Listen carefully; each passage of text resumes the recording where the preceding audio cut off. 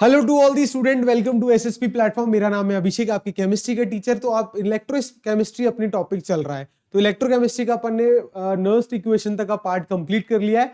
आगे अपन आज कंटिन्यू करते हैं। कोलराश लॉ के बारे में पढ़ेंगे, इलेक्ट्रोलिटिक सेल के बारे में पढ़ेंगे, फैराडेज लॉ ऑफ इलेक्ट्रोलाइसिस के बारे में पढ़ेंगे। तो फटाफट इस सेशन को शेयर कर दीजिएगा, लाइक कीजिएगा, कमेंट कीजिएगा। जो भी इश्यूज है बिल्कुल कमेंट कीजिएगा। आपके सारे डाउट्स को क्लियर करने के लिए मैं इस प्लेटफॉर्म पे आया हूं। तो सबसे पहले आज का अपना जो टॉपिक रहने वाला है वो मैं कवर कराता हूं। अपना पहला जो टॉपिक रहने वाला है बहुत ही एक इंपॉर्टेंट टॉपिक है। तो उस टॉपिक को स्टार्ट करने से पहले सबसे पहले मैं आपसे ये सबसे पूछना चाह रहा हूं कि आपने एक वर्ड का नाम सुना होगा जिसका नाम है रेजिस्टेंस। तो रेजिस्टेंस के बारे में सबको पता होगा, सब बच्चों को पता होगा what do you mean by resistance. तो अगर मैं रेजिस्टेंस के बारे में पूछूं तो आप मुझे बता सकते हैं व्हाट इज रेजिस्टेंस। बिल्कुल सर, रेजिस्टेंस क्या होता है? रेजिस्ट करना, कि फ्लो ऑफ करंट को जो अपोज करना है उस प्रॉपर्टी को बोलते हैं रेजिस्टेंस। तो यहां मैंने एक लिख दिया, मेजरमेंट ऑफ या measure of the opposition to the current flow in an electrical circuit is known as resistance. तो रेजिस्टेंस फिजिक्स में सचिन सर ने आपको बहुत अच्छे से पढ़ा दिया होगा, तो मुझे लगता नहीं है कि मुझे रिपीट करने की जरूरत है। फिर भी मैं कुछ चीजें आपको बताना चाहता हूं। पहली कि रेजिस्टेंस को आर लेटर से डिनोट करते हैं, उसकी यूनिट ओम्स होती है। ओम ये जो ग्रीक लेटर वर्ड होता है उससे डिनोट करते हैं। R is equal to V is equal, अगर वी पोटेंशियल है, वी इज इक्वल टू क्या होता है? I into R. ये क्या होता है? मेरा ओम्स लॉ। ये सब चीजें आप सबको पता है और बहुत अच्छे से पता है। सबसे पहले अब नेक्स्ट बात जो मैं बताने जा रहा हूं, अगर मान लेते हैं फॉर एग्जाम्पल अगर मेरा कोई कंडक्टर है, उसकी लेंथ है एल, क्या है? एल लेंथ है, और क्रॉस सेक्शनल एरिया है ए। अगर मैं इस रेजिस्टेंस, इस केस के अंदर रेजिस्टेंस की बात करता हूं, तो जो रेजिस्टेंस है it is directly proportional to the length of the conductor, ये चीज आपको पता है। And it is inversely proportional to the cross sectional area. अगर मैं इन दोनों चीज को कवर करके लिखूं या दोनों चीज को कंबाइन करके लिखूं, तो R is proportional to L upon A हो जाएगा, नहीं हो जाएगा? बिल्कुल, बहुत ही बेसिक चीज है, बच्चों वाली बात है। तो आर इज इक्वल टू क्या हो जाएगा? रो एल अपॉन ए। ये चीजें अपन ने पढ़ चुके हैं। तो आर क्या होता है? Resistance, L length of the conductor, A cross sectional area, और ये जो नया वर्ड है रो, इसे बोलते हैं, क्या बोलते हैं इसको? अब ये आप बताएंगे। This is known as resistivity. क्या बोलते हैं इसको? रेजिस्टिविटी।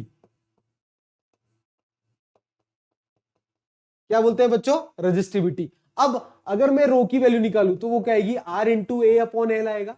अगर मेरा एरिया को मैं 1 मीटर स्क्वायर ले लूं और लेंथ को 1 मीटर ले लूं, तो जो मेरा रेजिस्टेंस है वो क्या? जो रेजिस्टिविटी है वो रेजिस्टेंस के बराबर हो जाएगा, नहीं हो जाएगा? बिल्कुल। तो resistivity is the resistance of the conductor या resistance of the wire whose cross sectional area is 1 metre square and length is 1 metre. बिल्कुल बेसिक सी बात है। तो रेजिस्टेंस के बारे में सब चीजें आपको पता है और मैंने एक क्विक रिवीजन करा दिया है। अब अपन आगे बात करते हैं। जो अपना टॉपिक है वो है conductance. What do you mean by conductance? तो conductance is just like opposite of resistance. Resistance क्या करता है? अपोज करता है किसको?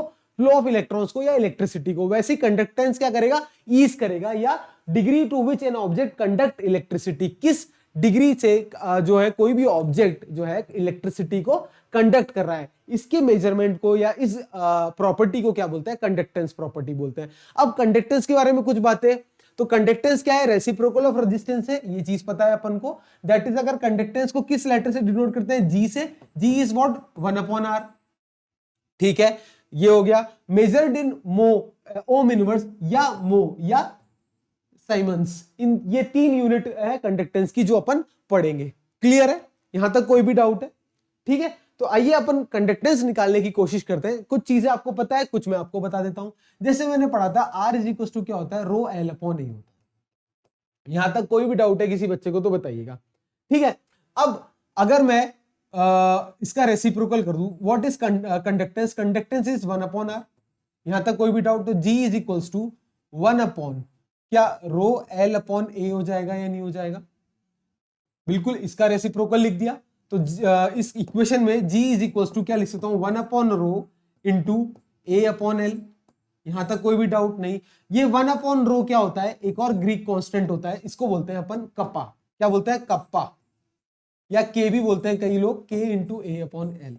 ये क्या हो गया मेरा? जी। जी इज व्हाट? कंडक्टेंस। कंडक्टेंस का ये फॉर्मूला आ गया, के ए अपॉन एल या kappa into A upon L. यहां तक किसी को भी कोई डाउट है तो बताइएगा। ठीक है, यहां पर कोई भी डाउट नहीं होना चाहिए मेरे हिसाब से आप सब बच्चों को।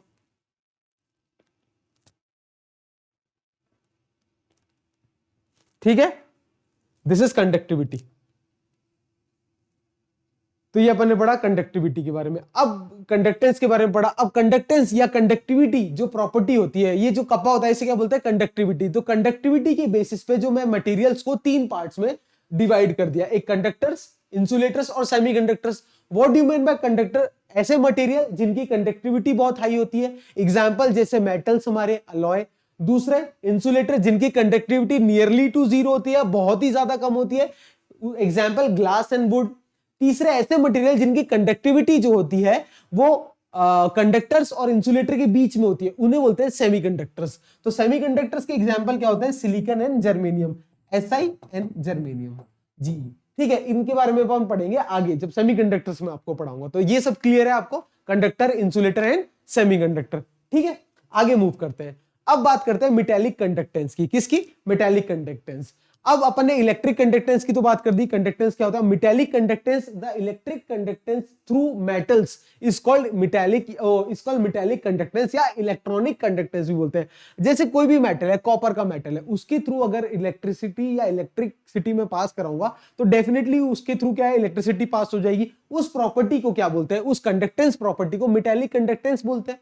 बिल्कुल बात सही है, बिल्कुल बेसिक सी बात है। अब मेटालिक कंडक्टेंस होता क्यों है? होता किन की वजह से है? वैलेंस इलेक्ट्रॉन की वजह से होता है। वैलेंस इलेक्ट्रॉन क्या होते हैं? जो कि आउटर मोस्ट शेल में होते हैं। आउटर मोस्ट शेल में जो इलेक्ट्रॉन्स होते हैं उनको क्या कहते हैं? Valence electron. ये क्या होते हैं?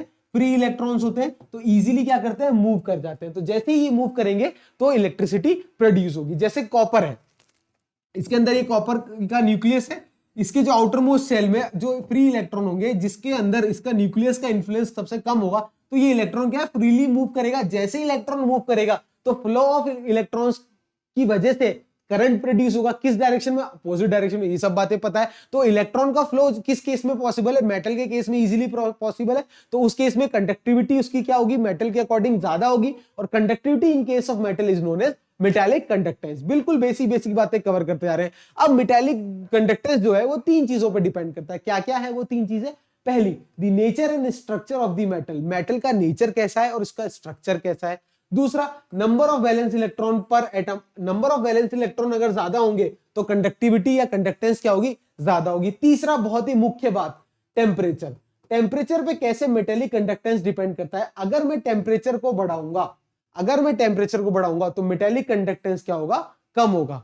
सर ये बात थोड़ी समझ में नहीं आई, कैसे? आइए बताते हैं। जैसे मैं टेम्परेचर को बढ़ाऊंगा बच्चों, तो क्या होगा? फ्री इलेक्ट्रॉन्स का मूवमेंट जो होगा, इलेक्ट्रॉन्स का मूवमेंट बढ़ेगा। जिगजैग जो होगा, इलेक्ट्रॉन्स मूव करेंगे। जैसे ही मेटल के अंदर टेम्परेचर रेज होगा, वैसे इलेक्ट्रॉन को क्या? एनर्जी मिल जाएगी तो वो मूव करेंगे। तो जब वो मूव करेंगे तो एक पर्टिकुलर डायरेक्शन में फ्लो नहीं करेंगे। अगर पर्टिकुलर डायरेक्शन में फ्लो नहीं करेंगे तो करंट कॉन्स्टिट्यूट नहीं होगा। इसकी वजह से क्या हुआ? टेम्परेचर राइज करने की वजह से मेटल के अंदर इलेक्ट्रॉन का फ्लो क्या हो गया? डिस्टर्ब हो गया, हैप्पैज़ार्ड हो गया, जिगजैग मूवमेंट हो गया। उसकी वजह से उसकी जो करंट कंडक्टिविटी है वो क्या हो गई? कम हो गई। तो मेटल के केस में याद रखेंगे, टेम्परेचर बढ़ाने से कंडक्टिविटी क्या हो जाती है? कम हो जाती है। यहां तक क्लियर है? कोई भी डाउट है? ठीक है, अब बात करते हैं इलेक्ट्रोलाइटिक कंडक्टेंस की। इलेक्ट्रोलाइटिक कंडक्टेंस क्या होता है? The conductance of electricity by the ion present in the solution. अब क्या होता है? कोई भी इलेक्ट्रोलाइट मतलब जैसे मान लेते हैं अपन ने कॉपर सल्फेट का सॉल्यूशन लिया, तो Cu+2 एंड SO4 तो ये कॉपर के आयंस और सल्फेट के आयंस इलेक्ट्रोलाइट में प्रेजेंट है। इनकी वजह से जो कंडक्टिविटी होती है, the conductance of electricity by ions present in the solution is known as electrolytic और आयनिक कंडक्टेंस। अब ये इलेक्ट्रोलाइटिक या आयनिक कंडक्टेंस किन किन चीजों पर डिपेंड करता है? इन 5 चीजों पर डिपेंड करता है। पहला, नेचर ऑफ इलेक्ट्रोलाइट, कैसा अपन ने नेचर ऑफ इलेक्ट्रोलाइट ऐड किया है। दूसरा, size and ion produced by and their solvation. Solvation का मतलब आयन बनाने की क्षमता कैसी है, इस चीज पे डिपेंड करता है। तीसरा, nature of solvent and it's viscosity. अगर ज्यादा विस्कस है सॉल्वेंट तो डेफिनेटली आयंस को मूव होने में दिक्कत होगी, तो कंडक्टिविटी क्या होगी? कम होगी।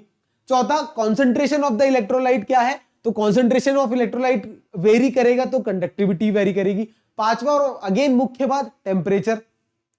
अब इस केस में इलेक्ट्रोलाइटिक कंडक्टेंस के केस में जैसे ही मैं टेम्परेचर बढ़ाऊंगा तो जो मेरा सॉल्यूशन है या मेरा इलेक्ट्रोलाइट है उसके अंदर आयंस क्या है? इजीली फॉर्म होंगे और इजीली मूव करेंगे, तो कंडक्टिविटी क्या होगी? बढ़ेगी। तो metallic conductivity increases, electrolytic conductivity increases with increase in temperature and metallic conductivity decreases with increase in temperature. ये दो बातें बहुत इंपॉर्टेंट आ गई, एक एक मार्क्स की। क्लियर है, बोर्ड में पूछा गया सवाल है, इसलिए हर एक छोटी छोटी बात मैं कवर करते हुए चल रहा हूं। आपको लग रहा होगा सर ये चीजें हमें पता है, तो एक क्विक रिवीजन टाइप है आपका ये, ठीक है। अब कंडक्टिविटी ऑफ आयनिक सोल्यूशन के बारे में बात करेंगे अपन, आयनिक सोल्यूशन की कंडक्टिविटी, ठीक है। जब भी अपन फॉर एग्जांपल कंडक्टिविटी की बात करें या रेजिस्टिविटी की या रेजिस्टेंस की बात करें, अगर मुझे किसी भी चीज का रेजिस्टेंस पता है तो डेफिनेटली अगर रेजिस्टेंस पता है तो कंडक्टेंस में निकाल सकता हूं। पर मेटेलिक के केस में, अगर मैं किसी भी आयनिक सोल्यूशन के केस में जब मैं रेजिस्टेंस की बात करता हूं तो मेरे सामने दो प्रॉब्लम आती है। क्या होती है कि किसी भी सोल्यूशन के थ्रू अगर मैं डीसी पास करता हूं तो डीसी पास करने से उस सोल्यूशन का कंपोजिशन क्या होता है, चेंज हो जाता है। एक प्रॉब्लम ये आती है।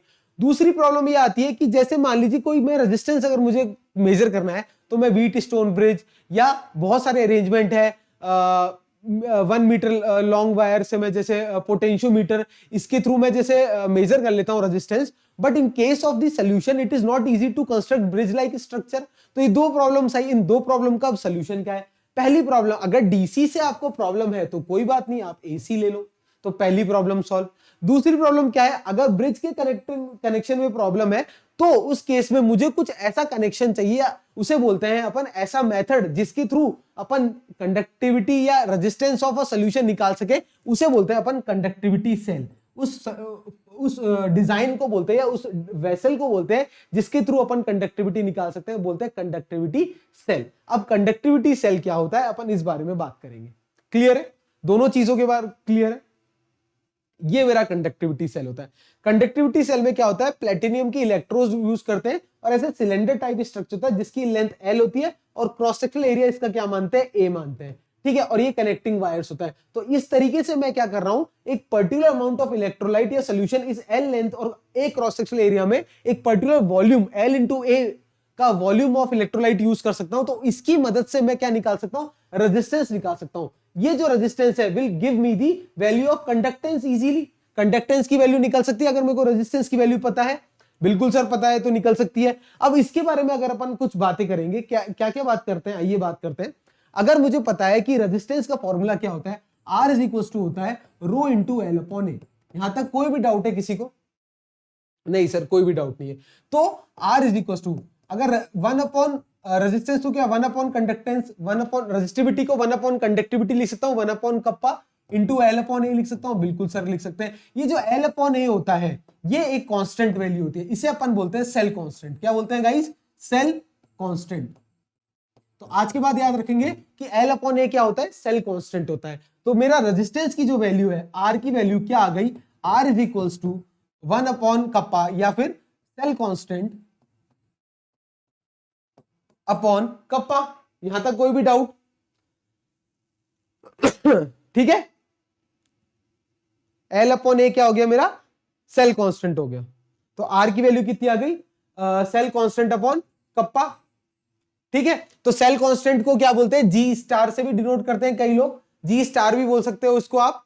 तो cell constant is what, G star, ठीक है। तो जी स्टार की अगर मैं वैल्यू निकालूंगा तो क्या आएगी, resistance into kappa. Kappa is what, conductivity. Resistance into conductivity को अगर मैं मल्टीप्लाई करूंगा तो सेल कांस्टेंट की वैल्यू आ जाएगी। तो ये सब चीजें अपन न्यूमेरिकल में यूज करेंगे, इसलिए 1 बाय 1 हर चीज को क्लैरिफाई मैं करता चल रहा हूं। कोई भी डाउट है तो बताइएगा, ठीक है। तो कंडक्टिविटी के बारे में पता चल चुका, कंडक्टेंस के बारे में पता चल चुका, उनकी यूनिट्स के बारे में पता चल चुका, और अपन ये सब क्यों पढ़ रहे हैं, क्योंकि न्यूमेरिकल्स में ये चीजें काम आएगी। अब नेक्स्ट अपना टॉपिक है molar conductivity. Molar conductivity of ionic solution. पर सर कंडक्टिविटी के बारे में तो आप बता चुके हैं, तो अब ये molar conductivity, why this molar conductivity you are teaching us. तो देखिए, conductivity of a solution of different electrolyte in the same solvent at a given temperature differ. देखो, अगर मैं किसी सोल्यूशन की बात कर रहा हूं, अगर किसी सोल्यूशन की कंडक्टिविटी की बात कर रहा हूं, किसी कंडक्टिविटी अगर सोल्यूशन में बात कर रहा हूं, तो डेफिनेटली एक amount of fix amount of solvent की बात कर रहा हूं। पर कंडक्टिविटी जो होती है किसी भी सोल्यूशन की, वो क्या करती है, डिफर करती है। क्यों डिफर करती है, क्योंकि आयंस की साइज जो है वो डिफर करती है। किसी केस के अंदर आयन की साइज बड़ी होती है, किसी केस में छोटी होती है। दूसरा कंसंट्रेशन ऑफ आयन, इन चीजों पे क्या होता है, कंडक्टिविटी वेरी करती है, तो इसलिए मुझे कंडक्टिविटी की जगह मोलर कंडक्टिविटी टर्मिनोलॉजी यूज करनी पड़ेगी। तो अब अपन पढ़ेंगे मोलर कंडक्टिविटी के बारे में। तो अपना टॉपिक क्या है, मोलर कंडक्टिविटी। तो आइए मोलर कंडक्टिविटी के बारे में कुछ चीजें अपन स्टडी करते हैं। तो सबसे पहले अपन वापस से बेसिक से मूव करते हैं कि अपनी कंडक्टिविटी क्या होती है। तो कंडक्टिविटी के लिए अपन सबसे बेसिक फॉर्मूला जो मुझे याद है, R इज इक्वल टू क्या होता है, रो एल अपॉन ए होता है। यहां तक किसी भी बच्चे को कोई डाउट नहीं सर। तो रेजिस्टेंस का अगर मैं रेसिप्रोकल कर दूंगा तो क्या आ जाएगा, मेरा कंडक्टेंस आ जाएगा या नहीं आ जाएगा, बिल्कुल सर आ जाएगा। तो इसको मैं अगर लिखूं, रेजिस्टिविटी को 1 अपॉन कप्पा लिख सकता हूं, लिख सकता, into L upon A, this is what resistance. यहां तक किसी को भी कोई doubt, kappa is what resistivity. तो अगर मैं कप्पा की बात करूं तो कप्पा क्या आ जाएगा मेरा, एल अपॉन आर इंटू ए, ठीक है, एल अपॉन आर इंटू ए आ जाएगा या नहीं आ जाएगा, बिल्कुल। एल अपॉन ए मेरा क्या है, सेल कांस्टेंट है, क्या है, सेल कांस्टेंट है। तो कप्पा की वैल्यू क्या आ जाएगी मेरी, सेल कांस्टेंट अपॉन आर। यहां तक कोई भी डाउट। अब जब मेरा कप्पा आ गया, क्या आ गया, कप्पा या फिर कंडक्टिविटी, तो कंडक्टिविटी पर unit concentration is what my molar conductivity, lambda M. Sir ये लैम्डा तो ऐसा पढ़ा है मैंने, पर जब इसका कैपिटल, लैम्डा का कैपिटल फॉर्म ऐसा होता है। तो molar conductivity is what, ratio of conductivity to the concentration of the solution. इसे बोलते हैं अपन मोलर कंडक्टिविटी। कैसे निकालेंगे सर, सेल कांस्टेंट को रेजिस्टेंस से डिवाइड कर देंगे तो क्या आ जाएगा, कप्पा आ जाएगा, और उसको जब गिवन कंसंट्रेशन ऑफ सॉल्यूशन से डिवाइड करेंगे तो मोलर कंडक्टिविटी आ जाएगी। अब सर इनकी यूनिट्स के बारे में अगर अपन बात करें तो कप्पा की यूनिट अपन को पता है क्या होती है, siemens metre inverse, S M minus siemens metre inverse. और कंसंट्रेशन की यूनिट क्या होती है, मोल पर लीटर या मोल पर मीटर क्यूब, एक ही बात है। कोई भी डाउट है तो बताइए। मोल पर लीटर बोलूं, मोलैरिटी के बारे में बात करें, कॉन्सेंट्रेशन के बारे में बात करें, मोल्स पर लीटर या मोल पर मीटर क्यूब, ये यूनिट्स बहुत इंपॉर्टेंट है, ध्यान रखेंगे, ठीक है। आइए क्वेश्चन कर लेते हैं जिससे अपन को चीजें क्लैरिफाई हो जाएगी कि अपन ने ये इतना सब जो रामायण मैंने आपको बताई, इसका क्या प्रयोग है, क्या इसकी आवश्यकता है। तो क्वेश्चन ये है, the electrical resistance of a column of 0.05 मोल पर लीटर NaOH सॉल्यूशन। तो ये मेरे को क्या दे रखा है, कॉन्सेंट्रेशन कितना दे रखा है, 0.05 मोल पर लीटर, ठीक है। अब क्या दे रखा है, ऑफ डायमीटर, डायमीटर 1 सेंटीमीटर दे रखा है। तो डायमीटर अगर 1 सेंटीमीटर है तो मेरे को रेजिस्टेंस पता है कितना होगा, तो रेजिस्टेंस कितना होगा सर, हाफ सेंटीमीटर। अब रेजिस्टेंस पता है तो एरिया क्या हो जाएगा sir, pi into R square, ये मेरा एरिया हो जाएगा, सेंटीमीटर स्क्वायर। यूनिट लिखना ना भूलिएगा। लेंथ कितनी दे रखी है, 50 सेंटीमीटर।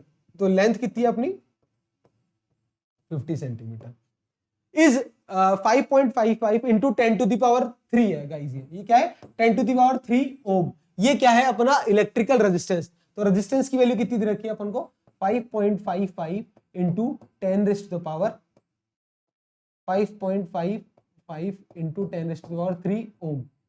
ये मुझे रेजिस्टेंस की वैल्यू दे रखी है।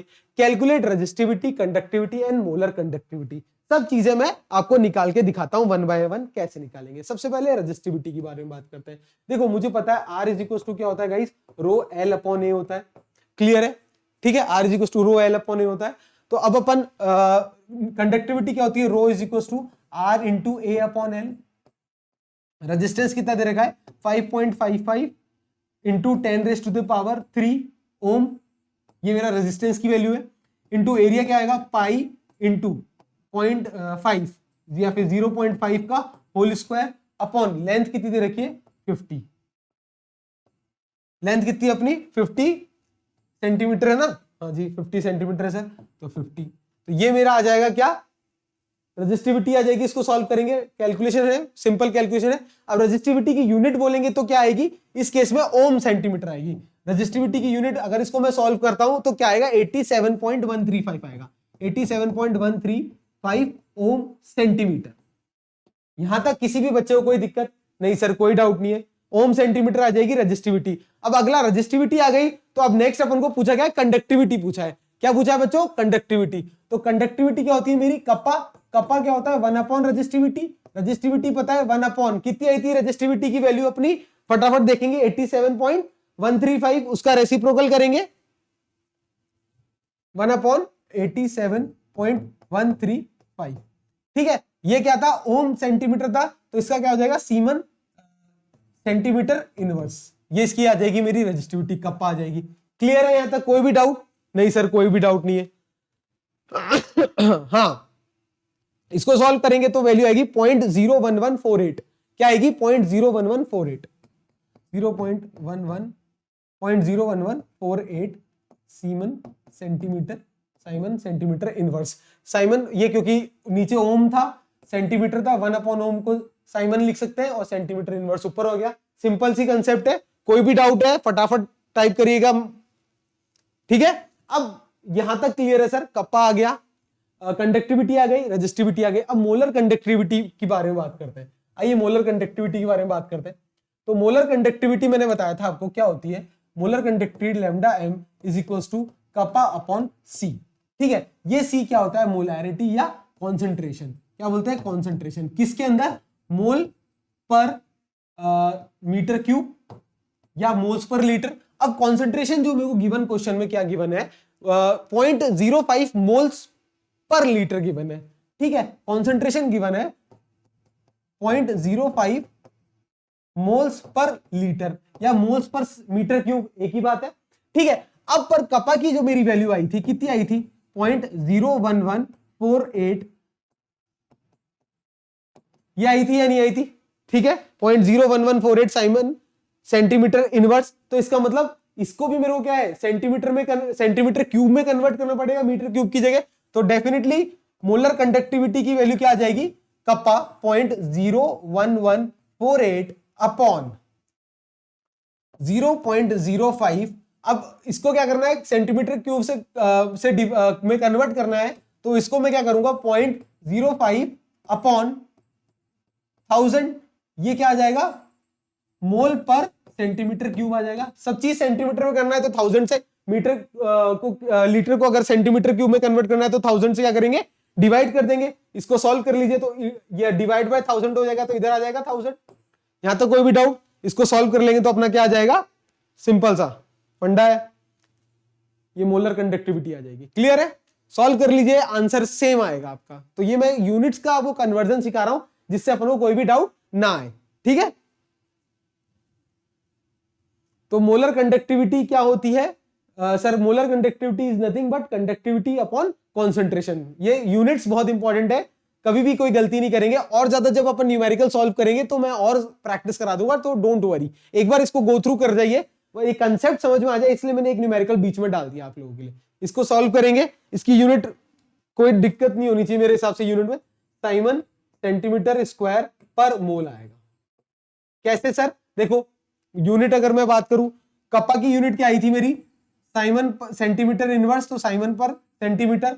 और कंसंट्रेशन की यूनिट क्या आई, मैंने कन्वर्ट करके कर दिया, मोल पर सेंटीमीटर क्यूब, तो सेंटीमीटर क्यूब ऊपर आ गया, ये एक सेंटीमीटर से स्क्वायर आ जाएगा, तो साइमन सेंटीमीटर स्क्वायर पर मोल। क्लियर है? क्यों किया सेंटीमीटर स्क्वायर, क्योंकि सब चीज सेंटीमीटर में है, तो इसको मैंने कन्वर्ट कर दिया यहीं पर, यहां पे कन्वर्ट कर दिया, तो इजीली क्वेश्चन सॉल्व। कोई डाउट? ठीक है, अब आगे मूव करते हैं। अब कंडक्टिविटी की बात कर ली और मोलर कंडक्टिविटी की बात कर ली। अब variation of conductivity and molar conductivity with concentration of solution. Concentration से कैसे कंडक्टिविटी वेरी करती है, तो ये मैंने स्टडी करके बताया। सबसे पहले मैंने क्या लिया, कंडक्टिविटी ली। कंडक्टिविटी मैंने y एक्सिस पे ले ली और कॉन्सेंट्रेशन मैंने x एक्सिस पे ले लिया। तो मैं क्या कर रहा हूं, जैसे जैसे कॉन्सेंट्रेशन बढ़ा रहा हूं, तो कॉन्सेंट्रेशन बढ़ाने से क्या होता है, कंडक्टिविटी इंक्रीज करती है। कॉन्सेंट्रेशन इंक्रीज करने से, जैसे से मैं कॉन्सेंट्रेशन बढ़ाऊंगा तो कंडक्टिविटी क्या होगी, इंक्रीज होगी। क्यों? क्योंकि नंबर ऑफ आयंस बढ़ेंगे, तो नंबर ऑफ आयंस बढ़ेंगे तो फिर कंडक्टिविटी डेफिनेटली बढ़ेगी। यहां तक कोई भी डाउट? कंडक्टिविटी की मैंने बात करी, क्या बात करी, conductivity. Conductivity is directly proportional to concentration. तो इसीलिए जब मैं ग्राफ देखता हूं तो ग्राफ क्या आता है, लगभग लीनियर आता है। क्या आता है, लगभग लीनियर आता है। तो मैं दो ग्राफ देखेंगे आपने, इधर दो ग्राफ देखे होंगे आपने, एक स्ट्रॉन्ग इलेक्ट्रोलाइट के लिए देखा होगा इस तरीके का ग्राफ, और एक वीक इलेक्ट्रोलाइट के लिए देखा होगा। तो स्ट्रॉन्ग इलेक्ट्रोलाइट के लिए इस तरीके का ग्राफ आएगा और वीक इलेक्ट्रोलाइट के लिए इस तरीके का ग्राफ आएगा। यहां तक कोई भी डाउट किसी को?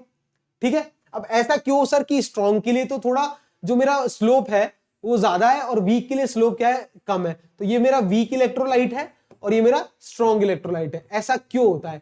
क्योंकि इन केस ऑफ स्ट्रॉन्ग इलेक्ट्रोलाइट जो डिसोसिएशन होता है वो काफी एक्सटेंट पे होता है, इजीली डिसोसिएट हो जाता है। तो जब आयंस इजीली डिसोसिएट हो जाएंगे तो कंसंट्रेशन बढ़ाओगे तो भी इजीली इलेक्ट्रिसिटी पास होगी। और वीक इलेक्ट्रोलाइट जैसे मैं बोलूं CH3COOH, जब इसकी कॉन्सेंट्रेशन, इसको जब मैं डिसोसिएट करता हूं तो ये कैसे डिसोसिएट होता है, CH3COO- प्लस H प्लस। तो ये जो डिसोसिएशन होता है ये बहुत ही स्मॉल एक्सटेंट पे होता है या बहुत ही स्लो होता है। तो ये जो डिसोसिएशन में टाइम लगता है, पर कंडक्टिविटी की बात करें तो पर डेफिनेटली अपन कंडक्टिविटी इंक्रीज करेंगे जैसे जैसे अपन कॉन्सेंट्रेशन बढ़ाएंगे। क्लियर है?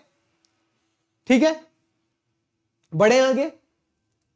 नेक्स्ट अपन बात करते हैं, ये जो अपन ने, हाँ इधर ही अपन फर्दर कंटिन्यू करते हैं। मोलर, ये तो थी कंडक्टिविटी की बात। अब अपन बात करते हैं मोलर कंडक्टिविटी की। तो देखिए मोलर कंडक्टिविटी केस में अपन ग्राफ देखते हैं तो अपन ये देखते हैं कि जैसे जैसे मैं कंसंट्रेशन बढ़ाता हूं तो कंडक्टिविटी क्या हो रही, मोलर कंडक्टिविटी क्या हो रही है, कम हो रही है। सर ये कुछ बात समझ में आई नहीं, तो आइए समझने की कोशिश करते हैं।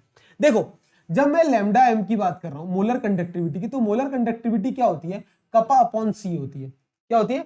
कपा अपॉन सी। अब सी क्या होता है? कॉन्सेंट्रेशन। कॉन्सेंट्रेशन मतलब क्या है? Number of moles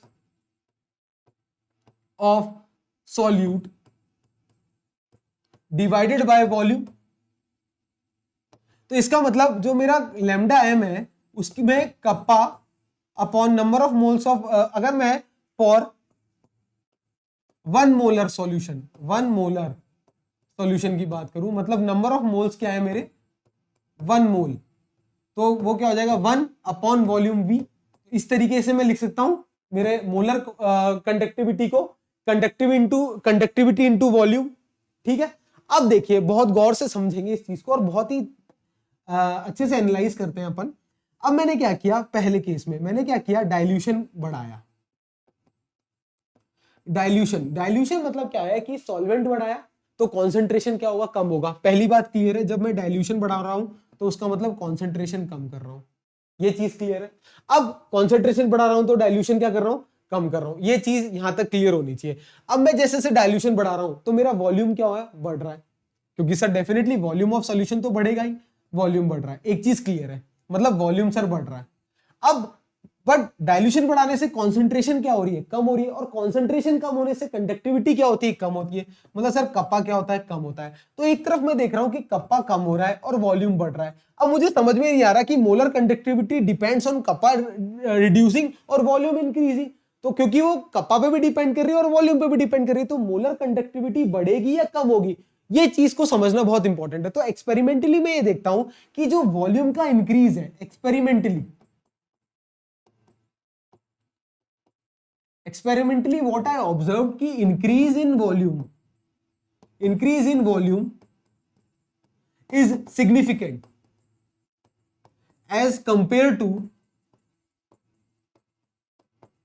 decrease in kappa या कंडक्टिविटी। कि इंक्रीज इन वॉल्यूम क्या है, सिग्निफिकेंट है एक्सपेरिमेंटली। तो डेफिनेटली वॉल्यूम इंक्रीज होगा तो क्या होगा मेरा, लैम्डा एम क्या होगा, बढ़ेगा। इसका मतलब डाइल्यूशन बढ़ाने से मेरा मोलर कंडक्टिविटी क्या हो रही है, इंक्रीज हो रही है। क्या हो रही है, मोलर कंडक्टिविटी इंक्रीज हो रही है। यहां तक क्लियर है? तो मैं लिख रहा हूं अगर मैं डाइल्यूशन बढ़ा रहा हूं तो जो मेरी मोलर कंडक्टिविटी है वो क्या हो रही है, बढ़ रही है।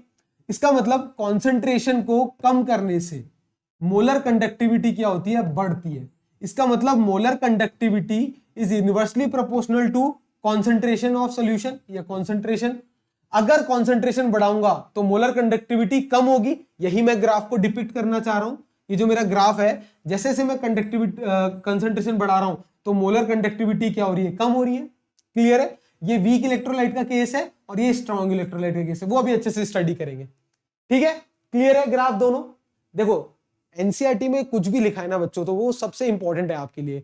1 मार्क्स में, 2 मार्क्स में, 5 मार्क्स से कुछ भी पूछा जाता है, तो मैं हर एक चीज कवर करता हुआ चल रहा हूँ। सोचो मेरे को ये भी बताना पड़ रहा है R=ρ मैं ये नहीं कह रहा आप मुझसे कह रहे हैं, बट मैं ये इसलिए बताना चाहता हूँ कि जब एग्जाम का पेपर अपन इस चैनल पे डिस्कस करेंगे तो मैं आपको वो वीडियो दिखाऊंगा, इस वीडियो में मैंने ये चीज बताई थी, तो आपको क्या है वो हिट करेगा, हाँ चलो सर ने ये सब पढ़ाया हुआ है, ठीक है, वो बहुत इंपॉर्टेंट है मेरे लिए, आपकी सक्सेस बहुत इंपॉर्टेंट है, ठीक है, भले ही थोड़ा टाइम लगेगा बट नो वरीज, आप हरी में मत रहिए, अपना target board exam, board exam में मैं आपको बोर्ड एग्जाम से पहले पहले आपका जनवरी एंड तक या फरवरी के मैक्सिमम फर्स्ट वीक से पहले पहले आपका सिलेबस पूरा करा दूंगा, चिंता मत करिए, ठीक है।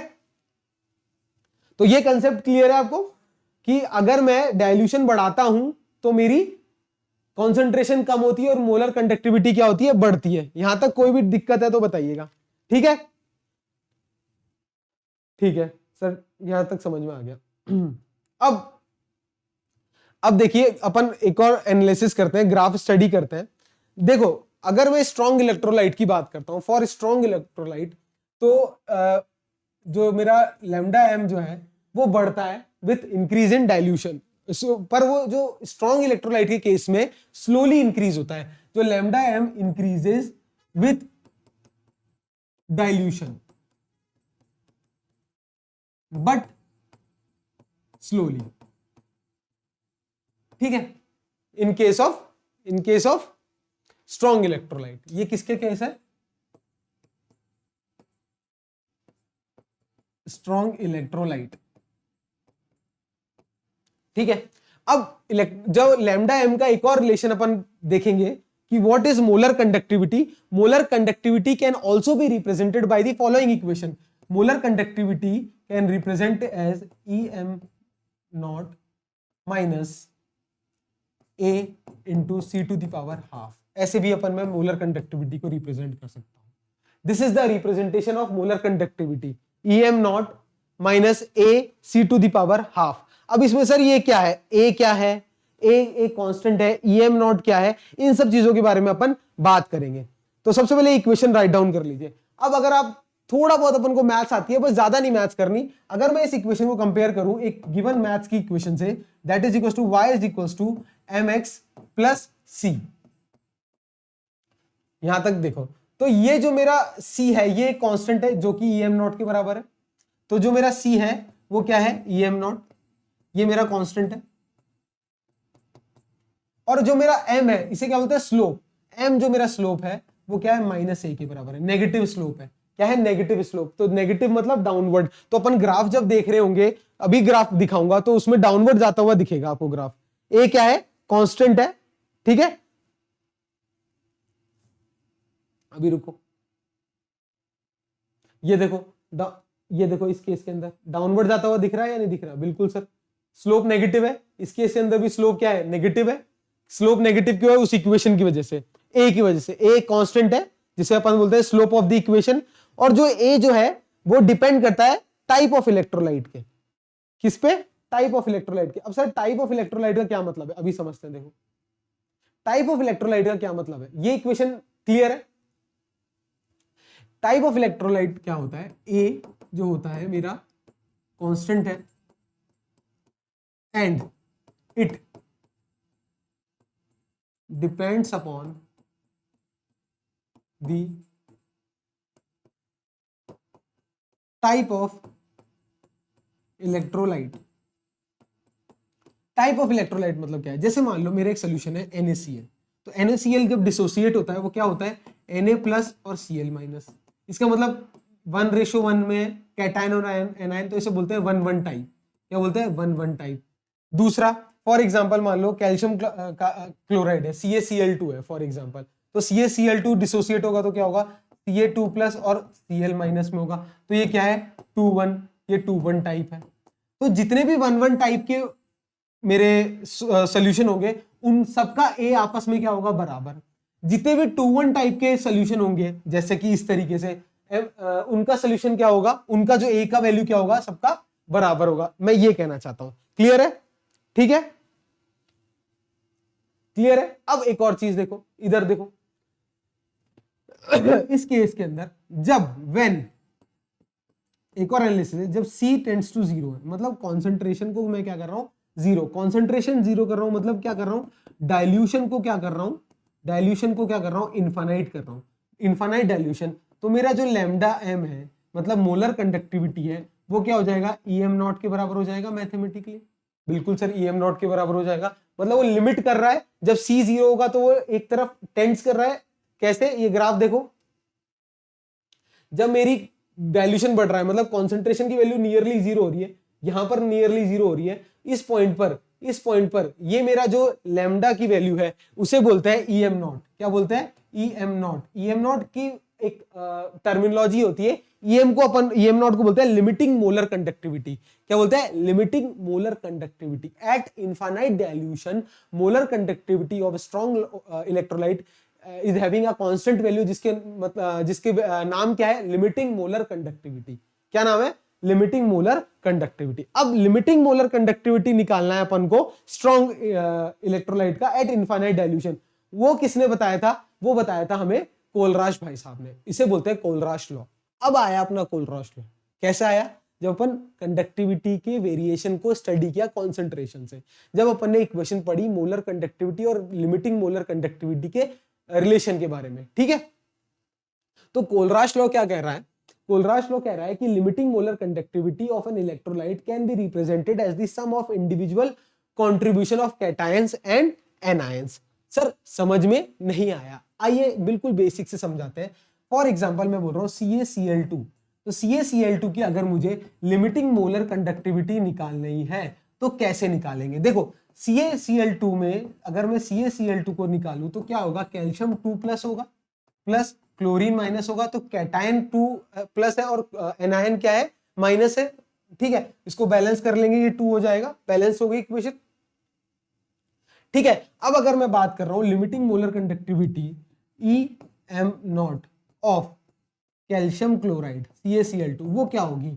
अब ये limiting molar conductivity of cation that is Ca2+ plus limiting molar conductivity of chlorine minus, पर इसको किससे? 2 से मल्टीप्लाई कर देंगे। वाई? बिकॉज इसके स्टाइकोमेट्रिक कोएफिशिएंट है। इस तरीके से अपन लिमिटिंग मोलर कंडक्टिविटी निकालते हैं with the help of cation and anion. ये किसने बताया था? ये हमें बताया था कोलराश भाई साहब ने। फॉर स्ट्रॉन्ग इलेक्ट्रोलाइट कैसे निकालेंगे? ऐसे निकालेंगे। ये 2 क्यों आया पता है ना? वही AA plus BB will give CC plus DD, इस तरीके से आया। क्लियर है? कोई भी डाउट हो तो प्लीज बताइएगा। तो Kohlrausch law for strong electrolyte clear है। आइए अब नेक्स्ट अपन बात करते हैं फॉर वीक इलेक्ट्रोलाइट के बारे में अपन बात करते हैं। ठीक है, अब बहुत ही इंटरेस्टिंग और मजेदार चीज मैं बताने वाला हूं। देखो कोई भी वीक इलेक्ट्रोलाइट लेते हैं, जैसे मान लेते हैं CH3COOH लिया। जब ये वीक इलेक्ट्रोलाइट क्या होगा? ये जब डिसोसिएट होता है तो कैसे होता है sir? CH3COO minus plus H+, इस तरीके से होता है। ये इक्विलिब्रियम इक्वेशन है मेरी। अब इस वीक इलेक्ट्रोलाइट की मान लेते हैं, इसकी कंसेंट्रेशन स्टार्टिंग में क्या है? जो मेरा प्रोडक्ट है उसकी रिएक्टेंट की C है। अब ये डिसोसिएट अभी तक हुआ नहीं, तो इनिशियली ये 0 है, ये 0 है। ये इक्विलिब्रियम में आप सब पढ़ चुके हैं, जब इक्विलिब्रियम चैप्टर कराऊंगा तो फिर रिवाइज करा दूंगा। अब देखिए मान लेते हैं कुछ टाइम बाद ये डिसोसिएट होना स्टार्ट हुआ, तो इसकी कॉन्सेंट्रेशन रह गई C माइनस C अल्फा, इनकी बढ़ गई C अल्फा और ये C अल्फा। बिल्कुल, यहां अल्फा क्या है? डिग्री ऑफ डिसोसिएशन है। क्या है? Degree of dissociation. अब मैं इक्विलिब्रियम कांस्टेंट की बात करता हूं, किसकी? Ka की बात करता हूं या K की बात करता हूं। What is K? C alpha into C alpha upon C है ये C माइनस C अल्फा। ठीक है, इसको सॉल्व करेंगे, क्या आएगा? C² alpha square upon C common लेंगे, 1 माइनस अल्फा आएगा या नहीं आएगा? बिल्कुल क्लियर है। अल्फा क्या है? यहां डिग्री ऑफ डिसोसिएशन। लिख देता हूं आप लोगों को। यहां अल्फा क्या है मेरा? Degree of dissociation. कितना डिसोसिएट हुआ? वीक इलेक्ट्रोलाइट क्या होता है? इस तरीके से डिसोसिएट होता है। ठीक है, अब एक C से एक C कट जाएगा, C alpha square upon 1 minus alpha आ जाएगा। बिल्कुल सर, क्या आ जाएगा? C alpha square upon 1 minus alpha. यहां तक कोई भी डाउट है किसी को तो बताइएगा। ठीक है, अब वीक इलेक्ट्रोलाइट के केस में अल्फा जो डिग्री ऑफ डिसोसिएशन होता है उसकी जो वैल्यू होती है वो होती है molar conductivity at any concentration upon molar conductivity at concentration nearly equals to 0। जो अल्फा होता है फॉर वीक इलेक्ट्रोलाइट, इसकी वैल्यू होती है molar conductivity upon molar conductivity when at very high dilution, at infinite dilution, या फिर concentration क्या हो, नियरली जीरो की तरफ हो। ये क्या है, अल्फा की value, lambda M upon lambda M naught. Lambda पता है मोलर कंडक्टिविटी, और ये क्या है, मोलर कंडक्टिविटी, ये क्या है, molar conductivity at infinite dilution, या फिर when concentration tends to zero. Clear है, दिस इज अल्फाज वैल्यू। अब अल्फा की वैल्यू इसमें डालेंगे तो के ए की वैल्यू, इक्विलिब्रियम कांस्टेंट की वैल्यू आ जाएगी, तो सी अल्फा स्क्वायर, तो K equilibrium constant C into alpha क्या था, lambda M upon lambda M not square upon क्या था बच्चों, C minus sorry C alpha square upon 1 minus alpha upon 1 minus alpha क्या था, lambda M upon lambda M not. Clear है, solve करेंगे क्या आएगा, C lambda M square upon lambda M not minus lambda M,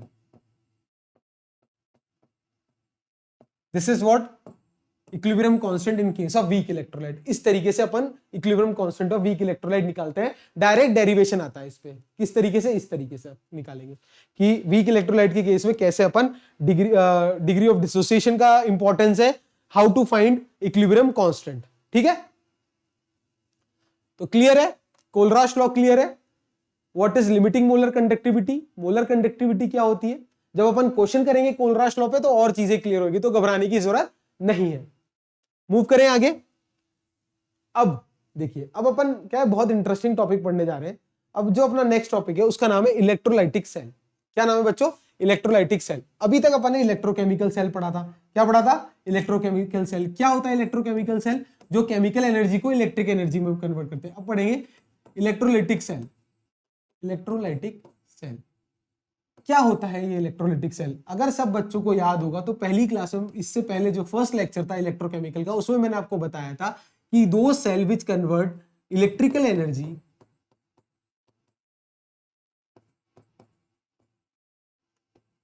into chemical energy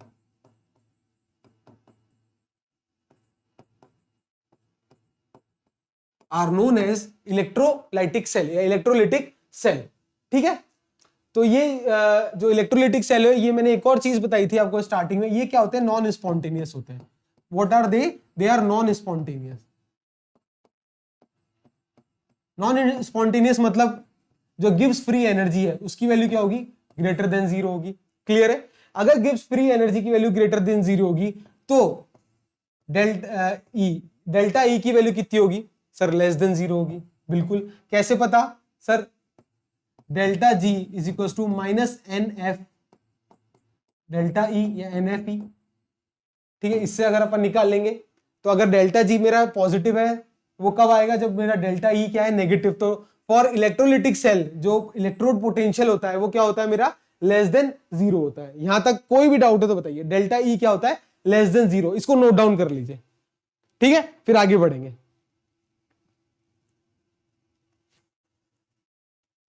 अब अपन next part पढ़ते हैं अपना, इलेक्ट्रोलाइसिस क्या होता है। इलेक्ट्रोलाइटिक सेल में इलेक्ट्रोलाइसिस प्रोसेस होता है। What is electro, electro means electricity, electro मतलब इलेक्ट्रिसिटी और लाइसिस मतलब ब्रेकडाउन। तो किसी भी मेरा मेटल का या किसी भी एलिमेंट का जब मैं ब्रेकडाउन करता हूं with the help of electricity, उस प्रोसेस को मैं बोलता हूं इलेक्ट्रोलाइसिस। तो ये जो मेरा केस है, जो मैं अपन इलेक्ट्रोलाइटिक सेल में इलेक्ट्रोलाइसिस का कैसे यूज करते हैं, आइए अपन उसको समझने की कोशिश करते हैं। तो अभी मैंने क्या किया, फॉर एग्जाम्पल मान लेते हैं एक मेरा कंटेनर है। इस कंटेनर में मैंने क्या किया, कॉपर सल्फेट का सोल्यूशन डाला। ठीक है, कॉपर सल्फेट का मैंने सोल्यूशन डाला और एक रॉड मैंने ली कॉपर की। ठीक है, और दूसरी रॉड, ठीक है, ये मैंने एक कॉपर की रॉड ली, इसको मान लिया मैंने एनोड। एक एनोड पे कॉपर की रॉड मैंने कनेक्ट कर दी, और एक ली मैंने दूसरी, वो भी मैंने कॉपर की रॉड ली, इसको मैंने कैथोड टर्मिनल से कनेक्ट कर दिया। क्या कर दिया, कैथोड टर्मिनल से कनेक्ट कर दिया। उस केस में क्या लिया था, एक जगह एनोड में कॉपर और एक जगह जिंक लिया था। इस जगह दोनों जगह मैंने क्या लिया, कॉपर की रॉड ले ली। एक जगह एनोड पे कनेक्ट कर दी, एक जगह कैथोड पे कनेक्ट कर दी। यहां तक किसी को भी कोई डाउट है तो बताइए। नहीं सर, बट मुझे एक चीज पता है, एन ऑक्स मतलब एनोड पे क्या होगा, ऑक्सीडेशन होगा। क्या होगा एनोड पे, हमेशा एनोड पे क्या होगा, ऑक्सीडेशन होगा। और कैथोड पे हमेशा क्या होगा, रिडक्शन होगा। ये चीज मुझे पक्का से पता है। तो जो ऑक्सीडेशन मतलब क्या होता है, लॉस ऑफ इलेक्ट्रॉन, तो यहां क्या होगा, कॉपर जो है इलेक्ट्रॉन लूज करेगा, Cu2++2 इलेक्ट्रॉन लूज करेगा डेफिनेटली। यहां तक कोई भी डाउट नहीं सर? कोई डाउट नहीं है। और यहां पर क्या होगा, रिडक्शन की जगह यहां पर क्या होगा, कॉपर जो होगा +2 में एक इलेक्ट्रॉन गेन करके कॉपर सॉलिड बना लेगा, ये रिडक्शन है। ठीक है, ये चीजें तो होगी। अब क्या किया मैंने, इस इलेक्ट्रोकेमिकल सेल के अंदर या इस इलेक्ट्रोलिसिस प्रोसेस में एक एक्सटर्नल बैटरी कनेक्ट कर दी। इस तरीके से मैंने एक एक्सटर्नल बैटरी कनेक्ट कर दी। उस बैटरी में क्या किया मैंने, पॉजिटिव टर्मिनल तो एनोड से कनेक्ट कर दिया और नेगेटिव टर्मिनल मैंने कैथोड से कनेक्ट कर दिया। यहां तक कोई भी डाउट है तो बताइए। और यहां ठीक है, क्लियर है? तो कैथोड पे क्या रिएक्शन होगी, अपनी कॉपर जो है वो 2 इलेक्ट्रॉन को गेन करके क्या करेगा, कॉपर प्लस इस तरीके से बना लेगा, और एनोड पे क्या होगा, ऑक्सीडेशन होगा। तो एनोड पे ऑक्सीडेशन होगा और कैथोड पे क्या होगा, रिडक्शन होगा। अब ये जो मेरा कंसेप्ट है इसको ध्यान से पढ़ेंगे। यहां पर क्या हो रहा है, मेरा जो एनोड है ये मेरा क्या कर रहा है, इस सॉल्यूशन में कॉपर +2 के फॉर्म में जा रहा है, और यहां से क्या हो रहा है, ये कॉपर +2 जो है इस पे डिपॉजिट होता जा रहा है।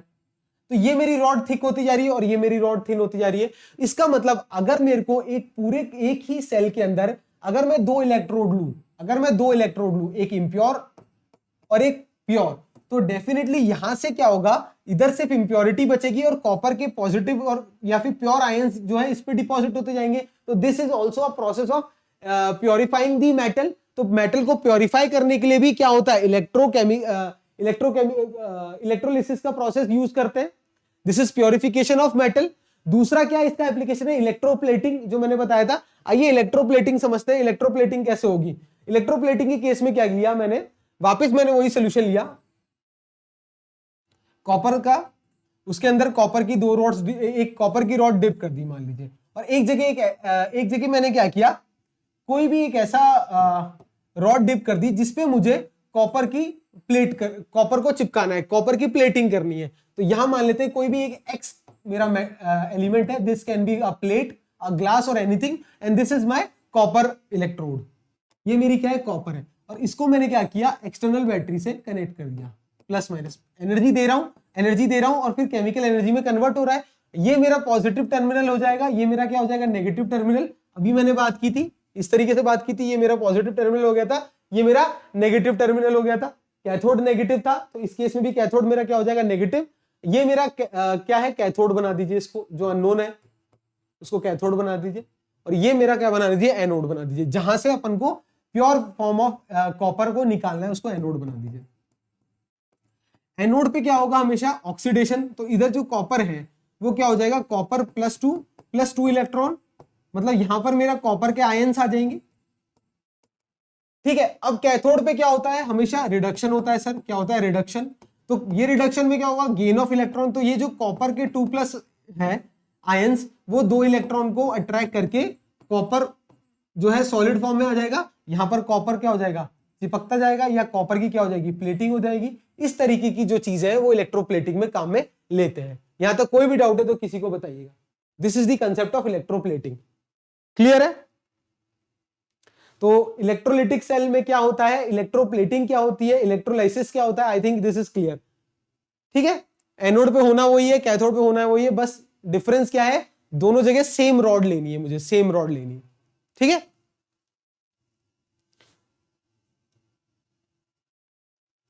अब नेक्स्ट अपन इंपॉर्टेंट, बहुत ही ज्यादा इंपॉर्टेंट बात करेंगे फैराडाइज लॉ की। तो पहले अपन मैं पढ़ाऊंगा first law of Faraday, first law of Faraday's, या फैराडे फर्स्ट लॉ बोलते हैं। तो फैराडे के फर्स्ट लॉ में क्या कहा गया है कि the amount of chemical reaction at any electrode is directly proportional to quantity of electricity pass through it. मतलब कि कितना अमाउंट ऑफ केमिकल रिएक्शन किसी भी पर्टिकुलर इलेक्ट्रोड पे हुई है वो किस बात पे डिपेंड करती है कि कितनी अपन ने इलेक्ट्रिसिटी पास की है। जैसे मैंने एक एग्जांपल लिया, अगर मैं इस ई की वैल्यू, इस इलेक्ट्रोड पोटेंशियल की वैल्यू जैसे जैसे बढ़ाऊंगा तो यह पॉजिटिव टर्मिनल बढ़ेगा, तो डेफिनेटली आयंस और ज्यादा कन्वर्ट होंगे, एनोड पे रिएक्शन फास्ट हो जाएगी, तो मेरी इलेक्ट्रोप्लेटिंग ज्यादा हो जाएगी। तो ये अमाउंट ऑफ केमिकल रिएक्शन किस पे डिपेंड कर रहा है, चार्ज पे। तो ये चीज लिख लीजिए, the amount of chemical reaction at any electrode, amount of chemical reaction at any electrode is directly proportional to the charge या electricity passing through it. Q amount of charge या quantity of charge या electricity pass through it. यहां तक clear है? तो amount को अगर मैं W बोल देता हूं, for example W is directly proportional to charge, this is what charge या electricity, या फिर W is directly proportional Q is equals to I into T. I क्या होता है? करंट, और T क्या है? किस टाइम के लिए वो करंट को पास कराए. क्लियर है? This is Faraday's first law. ये स्टार लगा लीजिएगा बच्चों, बहुत इंपॉर्टेंट है. फैराडे का पहला सिद्धांत, this is first law of Faraday. Clear है?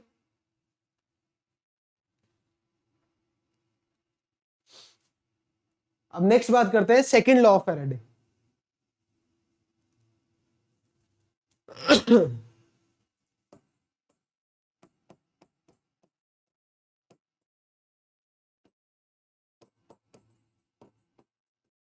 सेकंड लॉ ऑफ फैराडे को देखो समझ लीजिएगा अच्छे से. एक जगह मैंने क्या लिया था, अभी मैंने एक एग्जांपल दिया था आपको, एक सोल्यूशन लिया मैंने जिसमें कॉपर की रॉड डाली दोनों जगह, ठीक है. अब एक जगह मैंने क्या किया, उसी में मैंने मान लेते हैं जिंक की रॉड डाल दी, Zn जिंक की रॉड डाल दी, या कोई और मेटल के लिए दी, और दोनों को क्या है, सेम बैटरी से कनेक्ट कर दिया. इसका पॉजिटिव, इसका ये मेरा एनोड है, ये मेरा कैथोड है, ये पॉजिटिव टर्मिनल ये वाले का एनोड का, और इसका नेगेटिव टर्मिनल, इसका नेगेटिव टर्मिनल. तो क्या दोनों केसेस में, केस 1 और केस 2, सेल 1 और सेल 2, क्या दोनों केसेस के अंदर जो इलेक्ट्रोलिसिस प्रोसेस है वो सेम होगा, या अमाउंट ऑफ सब्सटेंस दोनों केस में जो डिपॉजिट होगा, इस वाले पे जितना कॉपर डिपॉजिट होगा क्या उतना ही जिंक इस वाले पे डिपॉजिट होगा? नहीं सर, ऐसा नहीं होगा.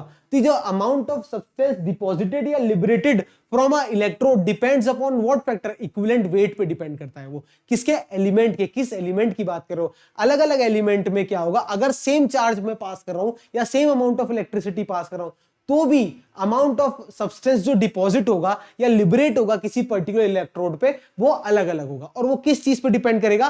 वो डिपेंड करेगा इक्विवेलेंट वेट के. किसके? केमिकल इक्विवेलेंट वेट के. यही मेरे फैराडेज का सेकंड नियम है या सेकंड सिद्धांत है. आइए इसको मैं एक जगह लिख देता हूं, आप नोट डाउन कर लीजिएगा, एग्जाम में डायरेक्ट पूछा जाता है. Amount of different substance liberated by same quantity of electricity, amount of different substance liberated by passing same quantity या same quantity of electricity,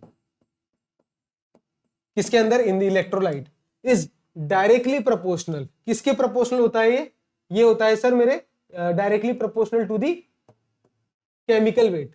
किसके? केमिकल वेट के, केमिकल इक्विवेलेंट वेट. अभी समझाऊंगा, ये लिख लो पहले.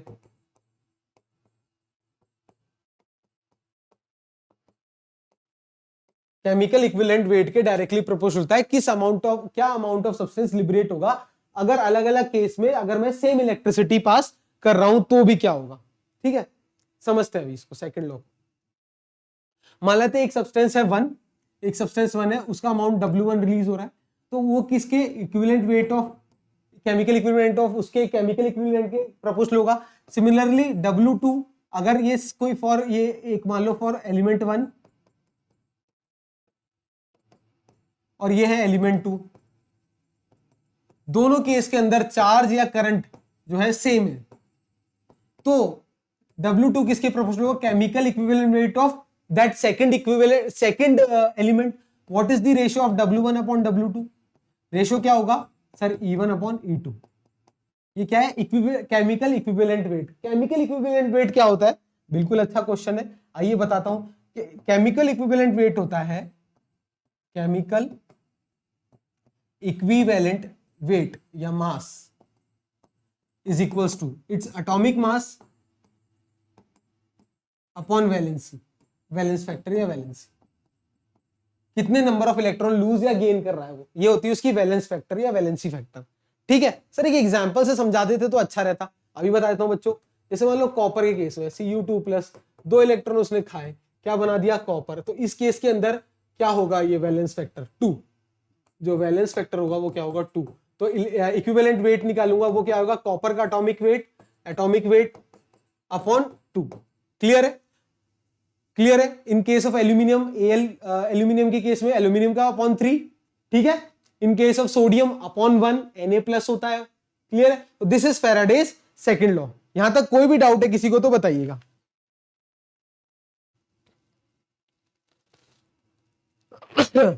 ठीक है। हाँ, अब एक और इंपॉर्टेंट कंसेप्ट समझेंगे जिसके अंदर अपन मोल्स और चार्ज के बारे में बात करते हैं। एक इक्वेशन समझिएगा, जैसे मैंने एक इक्वेशन ली है, for example silver Ag, silver ने क्या किया, एक इलेक्ट्रॉन खाया और क्या बना लिया, Ag+ बना लिया। क्या बना लिया, Ag+। ये सॉलिड फेज में, ये एक्वस फेज में। अब मैं ये पूछना चाहता हूं कि कितना चार्ज है एक मोल ऑफ, कितना चार्ज इसने इस पूरे प्रोसेस में, कितना अमाउंट ऑफ चार्ज यूज हुआ इस पूरे प्रोसेस के अंदर। अगर मैं आपसे ये पूछना चाहता हूं फॉर एग्जाम्पल कि भाई एक काम करो, इसकी जगह एक काम करो, ऐसे ले लो, कि एक एग्जाम्पल ले लेते हैं। मैंने क्या किया, सिल्वर लिया, सिल्वर में एक इलेक्ट्रॉन ऐड किया, तो क्या बन गया, सिल्वर डिपॉजिट हो गया। कितना अमाउंट डिपॉजिट हुआ, कितना चार्ज पास हुआ, ये मुझे निकालना है। तो देखो इस पूरे, अगर मैं इक्वेशन को सबसे पहले इस केस में, ऐसे केसेस में जब अमाउंट ऑफ चार्ज की बात कर रहे हैं, अगर अमाउंट ऑफ चार्ज की बात कर रहे हैं तो हमेशा जो भी इक्वेशन है मेरी आयनिक इक्वेशन, उसको बैलेंस फॉर्म में लिखूंगा। क्या ये मेरी इक्वेशन बैलेंस है? हाँ सर बिल्कुल बैलेंस है। तो अब एक मोल ऑफ इलेक्ट्रॉन जो है इस पूरी इक्वेशन में क्या है, एक mole of electron is required to reduce silver 1 mole of electron, क्योंकि 1 है ये, 1 mole of electron is required to reduce Ag+ to Ag+ को Ag में गेन ऑफ इलेक्ट्रॉन रिडक्शन ही तो होता है, तो 1 मोल ऑफ इलेक्ट्रॉन रिक्वायर्ड है। तो चार्ज कितना होगा, चार्ज कितना रिक्वायर्ड होगा sir, charge on 1 mole of electron निकाल लो, 1 मोल ऑफ, उतना चार्ज रिक्वायर्ड होगा। चार्ज निकालते हैं, चार्ज कैसे निकालते हैं ये समझना बहुत इंपॉर्टेंट है। देखो क्वांटाइजेशन ऑफ चार्ज आपने फिजिक्स में पढ़ा होगा, Q = N × E होता है, ठीक है। अब यहां पर चार्ज निकालना है मुझे, E की वैल्यू फिक्स है, पता है कितनी होती है E की वैल्यू, सब बच्चों को 1.6 × 10⁻⁻19 पता है आप सबको, फिजिक्स में सचिन सर ने बढ़िया से समझा दिया आपको। 1.6 × 10⁻⁻19 n क्या होता है, number of electrons. Number of electrons मतलब 1.6.023 × 10⁻23, ठीक है। n क्या होता है 6.023 × 10⁻23 और E क्या होता है 1.6 × 10⁻⁻19 कूलम्स। तो इससे मैं क्या निकाल सकता हूं, नंबर ऑफ वो चार्ज ऑन 1 मोल निकाल सकता हूं। अब यहाँ 1 है, अब यहाँ 1 की जगह मान लो 2 होता, किसी भी तरीके से 2 होता, तो यहाँ क्या हो जाएगा 2 × N × E होना चाहिए। तो अब इसको निकालें, Q = कितना होगा 6.023 × 10⁻23 इंटू, ये तो हो गया मेरा E, इंटू N की वैल्यू, यहां पर इस केस में तो 1 ही है, N की वैल्यू कितनी है आ गई, E की वैल्यू कितनी है सर 1.6 × 10⁻⁻19।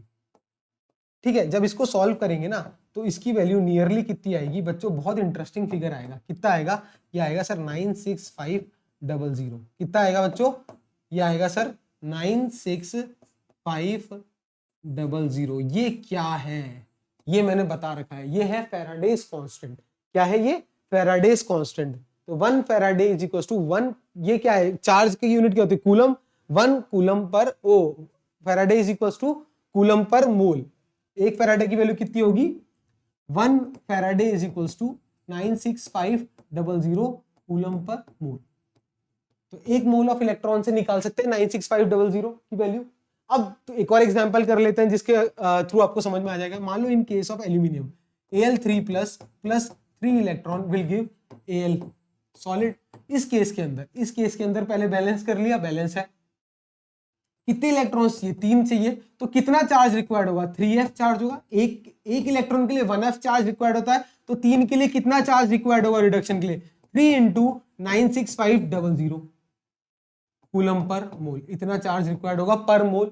इतने क्लियर है, कोई भी डाउट हो तो बताइएगा। 3F क्लियर है। तो इस तरीके से अपन क्या करते हैं, एनालाइज करते हैं फैराडेज कांस्टेंट कैसे निकाला, एक मोल की मदद से कैसे अपन ने फैराडेज कांस्टेंट की वैल्यू निकाली। इस तरीके से 1 mole of electron is required to reduce silver, तो सिल्वर के केस के अंदर कैसे अपन ने निकाल लिया। क्लियर है, कोई भी डाउट हो तो बताइएगा। ठीक है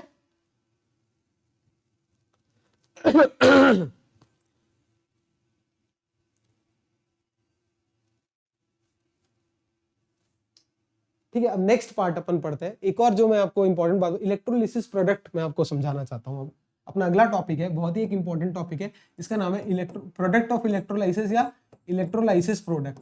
इलेक्ट्रोलाइसिस के केस के अंदर जो प्रोडक्ट ऑब्टेन्ड होता है उसके बारे में अपन बात करेंगे। जैसे फॉर एग्जाम्पल अगर मैं बोल रहा हूँ NaCl है मेरे पास, सोडियम क्लोराइड है, ये मॉल्टन स्टेट में है। क्या है, मॉल्टन। अगर ये मॉल्टन स्टेट में है तो अगर किसी भी सोल्यूशन के अंदर मॉल्टन स्टेट में सोडियम क्लोराइड है तो क्या होगा सर, सोडियम के प्लस आयन होंगे और क्लोरीन के माइनस आयन होंगे। बिल्कुल, अगर मैं इस फिगर को बहुत इस फॉर्मूले को देखूं तो सोडियम के पास क्या है, Na प्लस है, तो डेफिनेटली ये क्या चाहेगा, एक इलेक्ट्रॉन गेन करके Na बना लेगा। गेन ऑफ इलेक्ट्रॉन क्या होता है सर, गेन ऑफ इलेक्ट्रॉन क्या होता है, रिडक्शन होता है। रिडक्शन हमेशा कहां पर होता है सर, कैथोड पे होता है। ये चीजें मुझे पता है, तो ये कैथोड की रिएक्शन हो गई। क्लियर है, कोई भी डाउट है तो बताइए। ये कैथोड की रिएक्शन हो गई या नहीं हो गई, लिख लो। दूसरे केस में जो Cl माइनस है, डेफिनेटली माइनस है, तो ये क्या क्या चाहेगा, इलेक्ट्रॉन देना चाहेगा। ये एक इलेक्ट्रॉन दे देता है, ये Cl2 गैस में कन्वर्ट हो जाता है। ठीक है, ये 2Cl यहाँ पे 2 मान लो, ये 2 इलेक्ट्रॉन दे दिया। क्लियर है, तो ये बैलेंस हो गया। ये क्या हुआ, लॉस ऑफ इलेक्ट्रॉन, तो इसे क्या बोलते हैं, ऑक्सीडेशन। ये कहां पर होता है, ये होता है एनोड पे, ऑक्स एनोड। ठीक है, तो एनोड पे क्या हो गया, ऑक्सीडेशन, कैथोड पे क्या हो गया, रिडक्शन। इसको पूरे प्रोसेस को, दोनों रिएक्शन को गौर से देखोगे, अगर मैं गौर से देखता हूं तो मैं क्या निष्कर्ष निकालता हूं, व्हाट इज द निष्कर्ष। निष्कर्ष ये है कि प्रोडक्ट क्या क्या मिल रहा है, एक मिल रहा है सोडियम और एक मिल रहा है क्लोरीन गैस। तो क्या प्रोडक्ट है, एक तो sodium in solid form and दूसरा क्लोरीन इन गैस फॉर्म। तो ये क्या है, मेरे इलेक्ट्रोलाइसिस के कारण ये प्रोडक्ट मुझे मिले। यहां तक कोई भी दिक्कत है तो बताइएगा। ठीक है, अब थोड़ा सा इसको इंटरेस्टिंग बनाते हैं। मॉल्टन के अंदर तो सर इजी था कि अरे क्या बात कर रहे हो, NaCl के अंदर सोडियम क्लोराइड में ये मॉल्टन फेज में Na solid and chlorine gas मिलेगा। अब दूसरे केस में मैंने क्या लिया, एक्वस ले लिया, AQUEOUS। एक्वस क्या लिया मैंने, NaCl। अब एक्वस NaCl के अंदर क्या क्या चीजें हो सकती है सर, एक तो Na प्लस होगा, एक Cl माइनस होगा, ये तो होगा ही होगा, एक H प्लस भी होगा और एक OH माइनस भी होगा। क्यों सर, एक्वस है तो वाटर भी होगा या नहीं होगा। क्लियर है, यहां तक एक्वस है तो H प्लस और OH माइनस भी होगा। अब आइए देखते हैं इस केस के अंदर, किस केस के अंदर रिडक्शन होगा और किस केस के अंदर ऑक्सीडेशन होगा। तो बहुत ध्यान से देखेंगे। देखो अपन वापस बात करते हैं सोडियम की। Na प्लस है तो क्या करेगा, एक इलेक्ट्रॉन गेन करके Na सॉलिड बनाना चाहेगा, वही पुरानी बात। कोई भी डाउट है, नहीं सर। दूसरे केस में जो H है, हाइड्रोजन का मेरा H प्लस आयन है, ये भी क्या करेगा, 1 इलेक्ट्रॉन खाएगा और क्या बनाएगा, H2 गैस बनाएगा, हाफ H2। यहां तक कोई भी डाउट है। अब देखो ये दोनों केस में क्या हो रहा है, इस दोनों केस में रिडक्शन हो रहा है। ठीक है, अब दोनों केस में रिडक्शन हो रहा है, तो अब इसकी रिडक्शन पोटेंशियल्स की वैल्यू निकाल लेते हैं। इस केस के अंदर रिडक्शन पोटेंशियल क्या होगा, E0, और इस केस के अंदर क्या होगा, हाइड्रोजन के केस में तो 0 होता है, आप सबको पता है। और Na का जब अपन टेबल देखेंगे, जो टेबल मैंने आपको बताया था, तो उसमें -2.7 वोल्ट वैल्यू आएगी। कितनी आएगी, -2.7 वोल्ट। यहां तक किसी को कोई डाउट। ठीक है, तो रिडक्शन के केस के अंदर इसकी वैल्यू -2.7 आ रही है, इसकी आ रही है 0। तो ये इसका जो रिड्यूस स्टेट है सोडियम का, it is not that feasible. तो डेफिनेटली सोडियम के कंपैरिजन में किसका रिडक्शन होगा सर, इसका, क्योंकि इसकी वैल्यू इससे ज्यादा है। Higher the value of reduction potential and more will be the chances of getting reduced. तो हाइड्रोजन के केस में रिडक्शन होना ज्यादा संभव है एज कंपेयर टू सोडियम वाले केस के अंदर। तो H plus plus 1 electron will give half H2। ये वाली रिएक्शन मेरी रिडक्शन रिएक्शन है। क्लियर है, समझ में आ रहा है, कहना क्या चाहता हूं, प्रोडक्ट ऑफ जो है इलेक्ट्रोलाइसिस E0 की वैल्यू पे डिपेंड करता है, किसकी, रिडक्शन पोटेंशियल की, ऑक्सीडेशन पोटेंशियल की वैल्यूज पे डिपेंड करता है। कैसे, इस तरीके से डिपेंड करता है। क्लियर है, बुक्स में डायरेक्ट लिखा होता है पर आपको समझ में नहीं आएगा कि ये कहना क्या चाहता है। मैं आपको कोशिश कर रहा हूं समझाने की, आई होप आपको समझ में आ रहा हो। ठीक है।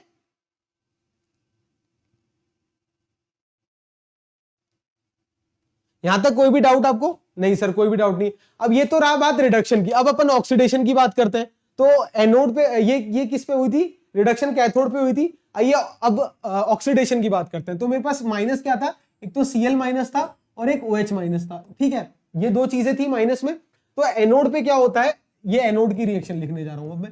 एनोड पे क्या होता है सर? एनोड पे होता है ऑक्सीडेशन। तो Cl माइनस क्या करेगा, एक Cl सॉलिड में कन्वर्ट होकर क्या करेगा, एक इलेक्ट्रॉन लूज कर देगा।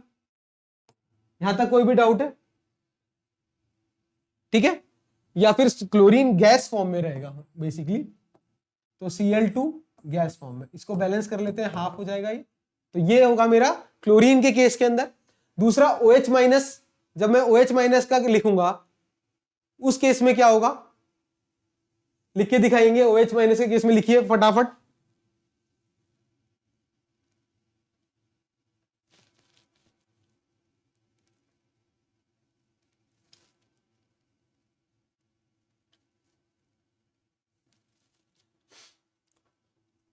तो OH माइनस के केस में क्या होगा बच्चों? OH माइनस के केस में इलेक्ट्रॉन लूज होगा और क्या बनेगा मेरे पास, क्या क्या प्रोडक्ट आएंगे? एक आ गया ऑक्सीजन का प्रोडक्ट, एक आएगा मेरे पास 4H प्लस 4 इलेक्ट्रॉन आएंगे, ठीक है, ये मेरे पास प्रोडक्ट रहेगा OH माइनस के केस का जब रिडक्शन होगा। इन दोनों की जब मैं रिडक्शन पोटेंशियल की बात करूंगा, इन दोनों की रिडक्शन पोटेंशियल, इसकी रिडक्शन पोटेंशियल की वैल्यू भी टेबल से निकाल सकता हूं और इसकी भी निकाल सकता हूं। OH माइनस बोलूं या रादर ऐसे बोल सकता हूं, इस केस के अंदर H2O प्रेजेंट है, क्योंकि H2O भी किस फेज में है? H प्लस और OH माइनस के फेज में, तो OH माइनस भी है। जब मैं एनोड की बात कर रहा हूं तो डेफिनेटली मैं क्या कर रहा हूं? Loss of electron. तो लॉस ऑफ इलेक्ट्रॉन तो हो ही रहा है ना, भले ही मैं यहाँ प्रोडक्ट में इस OH किस फेज में? H2O वाली फेज में, ठीक है। यहां तक कोई भी डाउट है किसी को? नहीं। अब क्लोरीन के केस में जो रिडक्शन पोटेंशियल की वैल्यू है वो आई थी 1.36 वोल्ट। कितनी आई थी? 1.36 वोल्ट। और इसके केस में आई थी 1.23 वोल्ट। अब देखो रिडक्शन पोटेंशियल किसका कम है? सर इसका कम है, इस वाली इक्वेशन कम है। तो इसको रिड्यूस करना is difficult, is not feasible, पर ऑक्सीडाइज करना तो फीजिबल है। और मुझे करना क्या है एनोड पे? एनोड पे तो ऑक्सीडेशन ही करना है ना बच्चों, ऑक्सीडेशन ही करना है। तो रिडक्शन पोटेंशियल जिसका कम होगा उसका ऑक्सीडेशन तो इजीली हो जाएगा। उल्टी बात, उधर उल्टा था वहां, क्योंकि रिडक्शन करना था, यहाँ ऑक्सीडेशन करना है।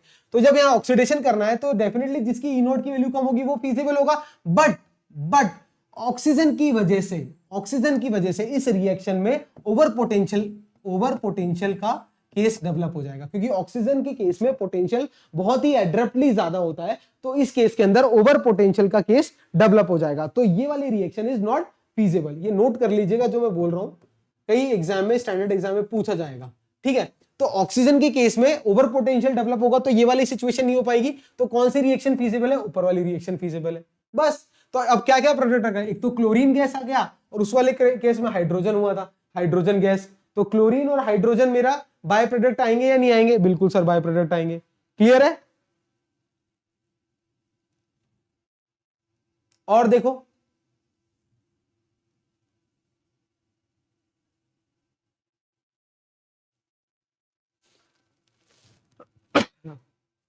तो बाय प्रोडक्ट क्या आएंगे?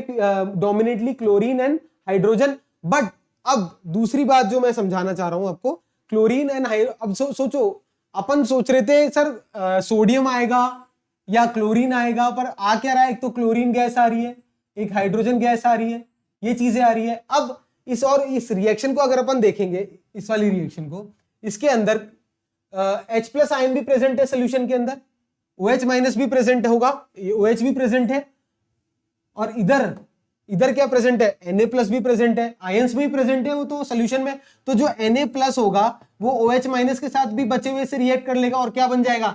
NaOH बन जाएगा या नहीं बन जाएगा? बिल्कुल। तो क्या इलेक्ट्रोलाइसिस प्रोडक्ट के अंदर एक और प्रोडक्ट आ गया? क्या क्या आ गया सर? क्लोरीन गैस आ गया, दूसरा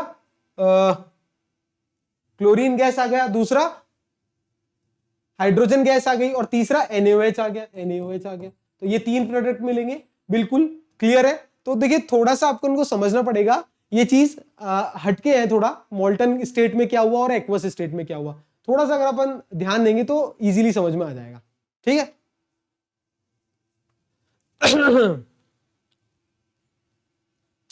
ठीक है, तो ये मुख्य बातें थी इलेक्ट्रोकेमिस्ट्री से रिलेटेड। सबसे इंपॉर्टेंट बात है आज की Faraday's law. I hope Faraday law अच्छा समझ में आ गया। अगर इलेक्ट्रोलिसिस प्रोडक्ट अगर आपको समझ में नहीं आया तो कोई टेंशन की बात नहीं है, जब न्यूमेरिकल कराऊंगा इससे बेसिस पे कुछ भी खास क्वेश्चन पूछा नहीं गया है, तो ये सिर्फ आपके नॉलेज के लिए था कि किस तरीके से चीजें हो रही है। तो इलेक्ट्रोलिसिस का जो प्रोडक्ट है जो एनसीईआरटी में लिखा हुआ है, वो ऐसा ना हो कि आपको भाई सर ने बताया नहीं, तो सर ने समझाया है आपको किस तरीके से वो ई नॉट की वैल्यूज पे डिपेंड करता है। आई होप ये रिलेशन आपको अच्छा लगा हो, सेशन अच्छा लगा हो तो प्लीज लाइक कीजिएगा, शेयर कीजिएगा, कमेंट कीजिएगा। Thank you guys, I hope आपके सबके अच्छे मार्क्स आए।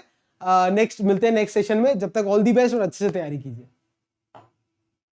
ओके गाइस, अब नेक्स्ट टॉपिक है अपना बैटरीज। अपन पढ़ने वाले हैं बैटरीज के बारे में। जैसे कि मैंने जब आपको इंट्रोड्यूस किया था इस चैप्टर को, इलेक्ट्रोकेमिस्ट्री को, तो मैंने बताया था इलेक्ट्रिकल एनर्जी को केमिकल एनर्जी में कन्वर्ट करते हैं, केमिकल एनर्जी को इलेक्ट्रिकल एनर्जी में कन्वर्ट करते हैं। और क्या क्या एग्जांपल्स बताए थे सर, जब केमिकल एनर्जी को इलेक्ट्रिकल एनर्जी में कन्वर्ट करते हैं तो उसका एग्जांपल मैंने आपको बैटरी बताया था। ठीक है, तो उन्हीं बैटरीज के बारे में अपन फर्दर स्टडी करेंगे जो अपन डे टू डे लाइफ में यूज करते हैं। तो जनरली दो तरीके की बैटरीज के बारे में अपन स्टडी करेंगे। पहला है प्राइमरी बैटरी और दूसरा है सेकेंडरी बैटरी। तो आइए सबसे पहले स्टार्ट करते हैं प्राइमरी बैटरीज। प्राइमरी बैटरीज क्या होती है? ऐसी बैटरी जिसमें रिएक्शन सिर्फ एक बार होती है और बैटरी जो है वो एक बार यूज होने के बाद वो हो जाती है डेड, फिर उसको हम रीयूज नहीं कर सकते। ठीक है, फॉर एग्जांपल जो ट्रांजिस्टर्स और क्लॉक में अपन जो अपन वॉल क्लॉक में जो अपन बैटरीज यूज करते हैं उन्हें अपन प्राइमरी बैटरीज कहते हैं। कि मैंने एक बार उसको यूज किया, बाजार से खरीद के लाया, यूज किया और वो जैसे ही उसका काम करना बंद हो गया, उसका एक सर्टेन पीरियड ऑफ लाइफ है, उसके बाद वो डेड हो जाती है, उसके बाद मैं उसको यूज नहीं कर सकता हूं। तो वो क्या होती है? मेरी प्राइमरी बैटरीज होती है। जैसे dry cell is the best example of primary battery, also known as Leclanche cell. Leclanche is the name of the scientist which is used commonly in your transistor and clock. ये है मेरी primary battery. इसको note down कर लीजिए, batteries पे अगर कभी boards में क्वेश्चन आएगा तो इस तरीके से आप एक्सप्लेन कर दीजिएगा। 2 पॉइंट्स आ गए प्राइमरी बैटरीज के। क्या होती है प्राइमरी बैटरी? तो सबसे पहले अपन बात करते हैं ड्राई सेल की। तो देखिए ड्राई सेल, अपन इस पूरी चैप्टर में अपन क्या पढ़ रहे हैं? एक एनोड बना रहे हैं, एक कैथोड बना रहे हैं, एनोड पे एक ऑक्सीडेशन करा रहे हैं, कैथोड पे रिडक्शन करा रहे हैं। तो उसी तरीके से बैटरीज में भी क्या होता है? एक तरीके का ये सेल होता है। सेल में क्या होता है? डेफिनेटली एक एनोड टर्मिनल होगा, एक कैथोड टर्मिनल होगा। तो हर एक सेल के बारे में मैं आपको एनोड बता दूं और कैथोड बता दूं तो आप अपने आप बता देंगे सर यहाँ क्या होगा? ऑक्सीडेशन, और यहाँ क्या होगा? रिडक्शन। तो सबसे पहले अपन बात करते हैं ड्राई सेल। जो ड्राई सेल अपना एग्जाम्पल है, उसके अंदर देखो एनोड क्या यूज करते हैं अपन? जिंक। जिंक का जो केस होता है, इस तरीके से मेरा ड्राई सेल होता है। उसके अंदर ये जो आउटर मोस्ट लेयर तो कोटिंग होती है, कवरिंग होती है, जो कि अपन सेल यूज करते हैं। उसके अंदर जो पहली लेयर होती है वो एनोड की होती है, जो जिंक की इनर केस होती है। उसके बाद एक कार्बन की ऐसे रॉड होती है, ग्रेफाइट की रॉड बोलो, या ये क्या है? बेसिकली कार्बन की रॉड है जो कि कैथोड की तरह काम करती है। ये हो गया एनोड और ये हो गया कैथोड। अब नेक्स्ट क्या होता है? एक इलेक्ट्रोलाइट भी चाहिए होगा जिसमें इसको डिप होगा ये। तो इलेक्ट्रोलाइट क्या यूज होता है? Paste of MnO2 and ammonium chloride and carbon. Paste of MnO2 NH4Cl and carbon. देखिए एग्जाम में एक बार बोर्ड एग्जाम में क्वेश्चन पूछा गया था, in case of dry cell what is the electrolyte used? तो इलेक्ट्रोलाइट क्या यूज होता है? Paste of MnO2 NH4Cl and carbon. ठीक है, क्लियर है? आइए अपन रिएक्शंस की बात करते हैं। सबसे पहले बात करते हैं एनोड। एनोड पे क्या रिएक्शन होगी? ऑब्वियसली सर एनोड पे क्या होगा? ऑक्सीडेशन होगा। ऑक्सीडेशन मतलब क्या होता है? Loss of electron. आइए अपन ऑक्सीडेशन कराते हैं। तो जिंक जो सॉलिड फॉर्म में एनोड पे, वो किस में कन्वर्ट हो जाएगा? Zn+2 plus 2 electron. Loss of electron हो गया। ठीक है, अब कैथोड पे क्या होगा? ये कैथोड पे क्या होगा? ये इलेक्ट्रॉन का गेन होगा। तो किस तरीके से होगी कैथोड पे reaction? MnO2 plus NH4 plus electron, ये जो फ्री इलेक्ट्रॉन जो होगा इसको ये क्या करेगा? MnO2 और NH4 जो होगा, NH4 कहां से आया? NH4 यहां से आया, NH4Cl में से। वो फ्री इलेक्ट्रॉन को से रिएक्ट करेगा या ऐड कर लेगा, या addition of electron is reduction. तो कैथोड पे क्या होगा? मेरा रिडक्शन होगा। तो ये जो दो रिएक्शंस हो रही है, देखिए देखा जाए तो सेल्स के अंदर और बैटरीज के अंदर बहुत ही कॉम्प्लेक्स रिएक्शंस होती है, बट अपन को ध्यान क्या करना है? ध्यान बस ये दो ही चीजें करनी है, एनोड पे क्या हो रहा है और कैथोड पे क्या करना है। कैथोड पे क्या होगा? जो MnO2 है वो क्या करेगा? NH4 प्लस के साथ रिएक्ट करेगा, इलेक्ट्रॉन के साथ रिएक्ट करेगा और बनाएगा क्या? MnOOH plus NH3। क्लियर है यहां तक? कोई भी डाउट किसी को? ठीक है, तो ये मेरी कैथोड और एनोड की रिएक्शंस है जो अपन को ध्यान में रखनी है। तो ये ड्राई सेल्स का कंसेप्ट आपको क्लियर आई थिंक। ठीक है, अब नेक्स्ट अपन जो प्राइमरी सेल अपन ने पढ़ा था उसमें सेकंड है मर्करी सेल के बारे में बात करेंगे। देखिए पहला था ड्राई सेल। ड्राई सेल में एनोड जिंक था, कैथोड ग्रेफाइट रॉड मतलब कार्बन था।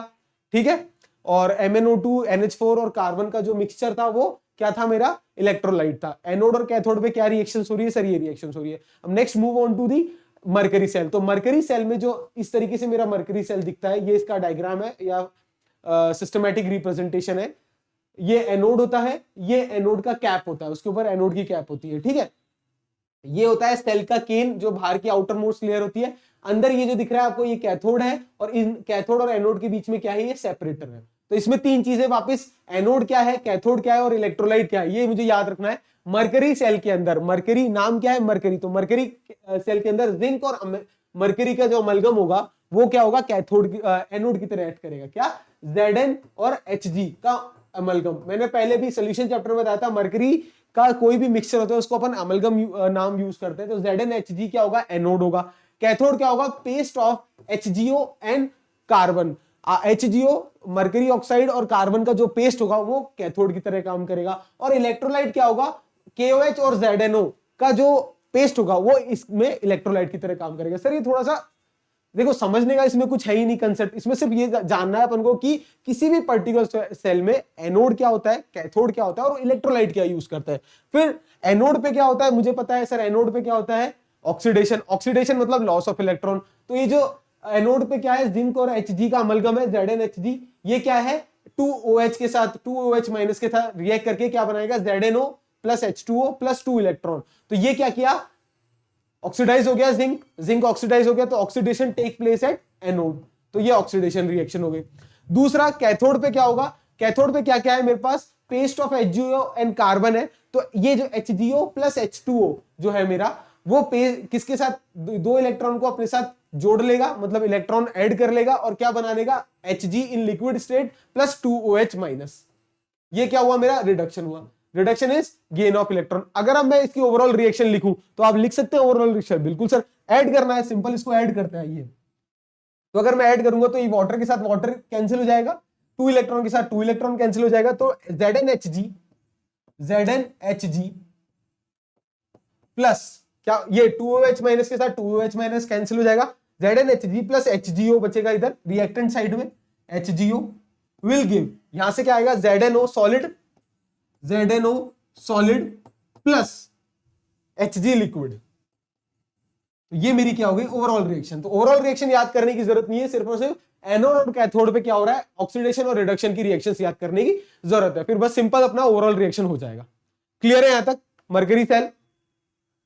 तो ये बात थी मेरी प्राइमरी सेल्स की। अब अगर अपन आगे मूव करते हैं सेकेंडरी बैटरीज। प्राइमरी बैटरीज हो गई जिसको अपन यूज नहीं कर सकते, तो जस्ट अपोजिट सेकेंडरी बैटरीज या सेकेंडरी सेल क्या होता है, cell after use can be recharge by passing current through it in the opposite direction. देखिए घरों में अपने इन्वर्टर्स यूज करते हैं अपन, तो इन्वर्टर्स जो होते हैं एक तरीके के सेकेंडरी बैटरीज होती है। क्यों, क्योंकि एक बार क्या होता है, उसकी जो बैटरी के अंदर जो चार्ज है वो मैं यूज कर लेता हूं तो वो डिस्चार्ज हो जाती है। डिस्चार्ज के बाद फिर से मैं उसको चार्ज करता हूं by passing electricity and that too in the opposite direction. तो सेकेंडरी बैटरीज वो सेल होते हैं या वो बैटरीज होती है जिनको मैं रीयूज कर सकता हूं या रिचार्ज कर सकता हूं। कैसे, bye passing electricity through it in the opposite direction. यहां तक क्लियर है, ठीक है। और जितनी बार ये चार्जिंग और रिचार्जिंग की साइकिल होगी, जैसे मैं एक एग्जांपल देता हूं, फॉर एग्जांपल अपन इन्वर्टर जो यूज करते हैं, जितने लंबे समय तक वो यूज हो सके, मतलब जितनी बार वो चार्ज और रिचार्ज हो रहा है, ये साइकिल जितने टाइम्स रिपीट होगी उतना मैं क्या बोलूंगा, मेरा जो सेकेंडरी बैटरीज या इन्वर्टर है वो अच्छा है।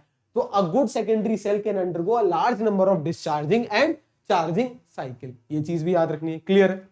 अब नेक्स्ट, ये कहां यूज होता है, इन्वर्टर्स में, कार बैटरीज में इनको यूज करते हैं। ये इस एग्जांपल क्या है सेकेंडरी बैटरी का, lead storage battery. Lead storage battery is the best example of secondary batteries. तो अपन अब पढ़ने वाले हैं लेड स्टोरेज बैटरी। क्लियर है। सबसे पहले अपन ने प्राइमरी बैटरी पढ़ी।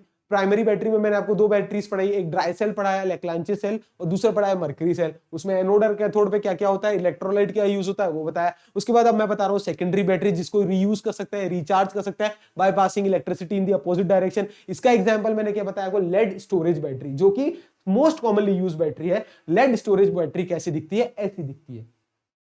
अब वापस से इस पे भी क्या होगा, रिएक्शंस होगी, केमिकल रिएक्शंस होगी। तो इस पे एनोड होगा, कैथोड होगा। एनोड क्या होगा, एनोड जो होता है इस पे लेड होता है, लेड जो होता है वो एनोड होता है। तो देखो यहां अगर आपको फिगर देखने का होगा, ये ब्लू, ये क्या है, एक तरीके का एनोड का है। तो एक ये जो एनोड की ये जो रॉड्स है लेड की, ये क्या है, एनोड है।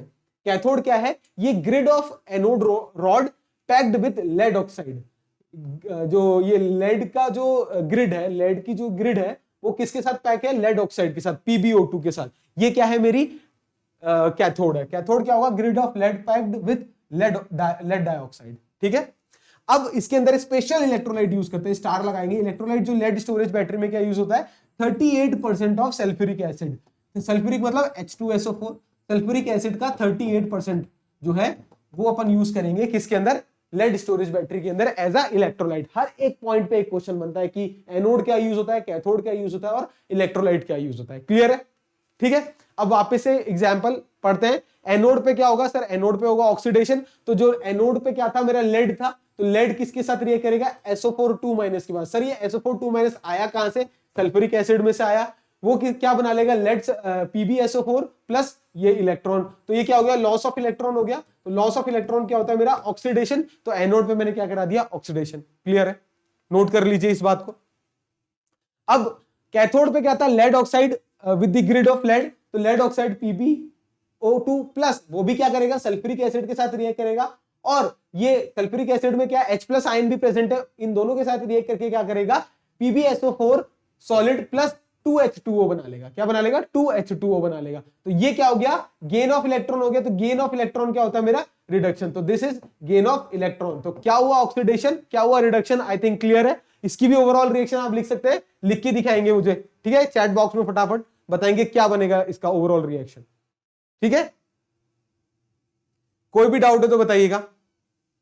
तो ये मेरा था लेड स्टोरेज बैटरी। बस एक एक बार ये मैं चीज इसलिए कवर कर रहा हूं, कुछ स्किप ना हो, हर चीज आप अच्छे से समझ लें। समझने का ऐसा कुछ है नहीं, बस इसमें एक चीज ये समझने की है कि जब देखो, जब मेरा कोई लेड स्टोरेज बैटरी है, कोई भी इन्वर्टर है, इन्वर्टर में क्या होता है, पहले उसमें कुछ ना कुछ amount of electricity already present है। तो पहला क्या होगा, वो डिस्चार्ज होगा। तो जब डिस्चार्ज होगा तो केमिकल एनर्जी किस में कन्वर्ट होगी, इलेक्ट्रिकल एनर्जी में। तो during discharging process it behave like a electrochemical cell, या फिर बोलूं तो गैल्वेनिक सेल। तो ये डिस्चार्जिंग प्रोसेस होगा। अब during charging it behave as a electrolytic cell. What, lead storage cell जो होगा या कोई भी मेरी सेकेंडरी बैटरी होगी, वो चार्जिंग के दौरान इलेक्ट्रोलिटिक सेल की तरह बिहेव करेगी। तो ये जितनी भी रिएक्शन एनोड और कैथोड पे हो रही है, जस्ट इसकी अपोजिट हो जाएगी। बस इसकी जस्ट अपोजिट रिएक्शन क्या हो जाएगी, ड्यूरिंग चार्जिंग हो जाएगी। ठीक है, तो चार्जिंग के दौरान क्या होगा पता चल गया। डिस्चार्जिंग के दौरान तो ये रिएक्शंस होगी जो कि मैंने आपको समझा दी है। और चार्जिंग के दौरान, और चार्जिंग के दौरान इसके जस्ट क्या होगी, अपोजिट होगी। क्लियर है बात?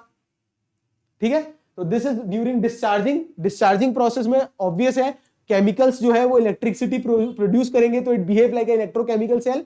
And during charging it behave like a electrolytic cell. वो खुद चार्ज होगा। चार्ज कैसे होगा, जब उसमें इलेक्ट्रिसिटी पास करोगे। Clear? This was about lead storage battery. अब नेक्स्ट अपन पढ़ेंगे फ्यूल सेल के बारे में। बहुत ही शानदार कंसेप्ट है।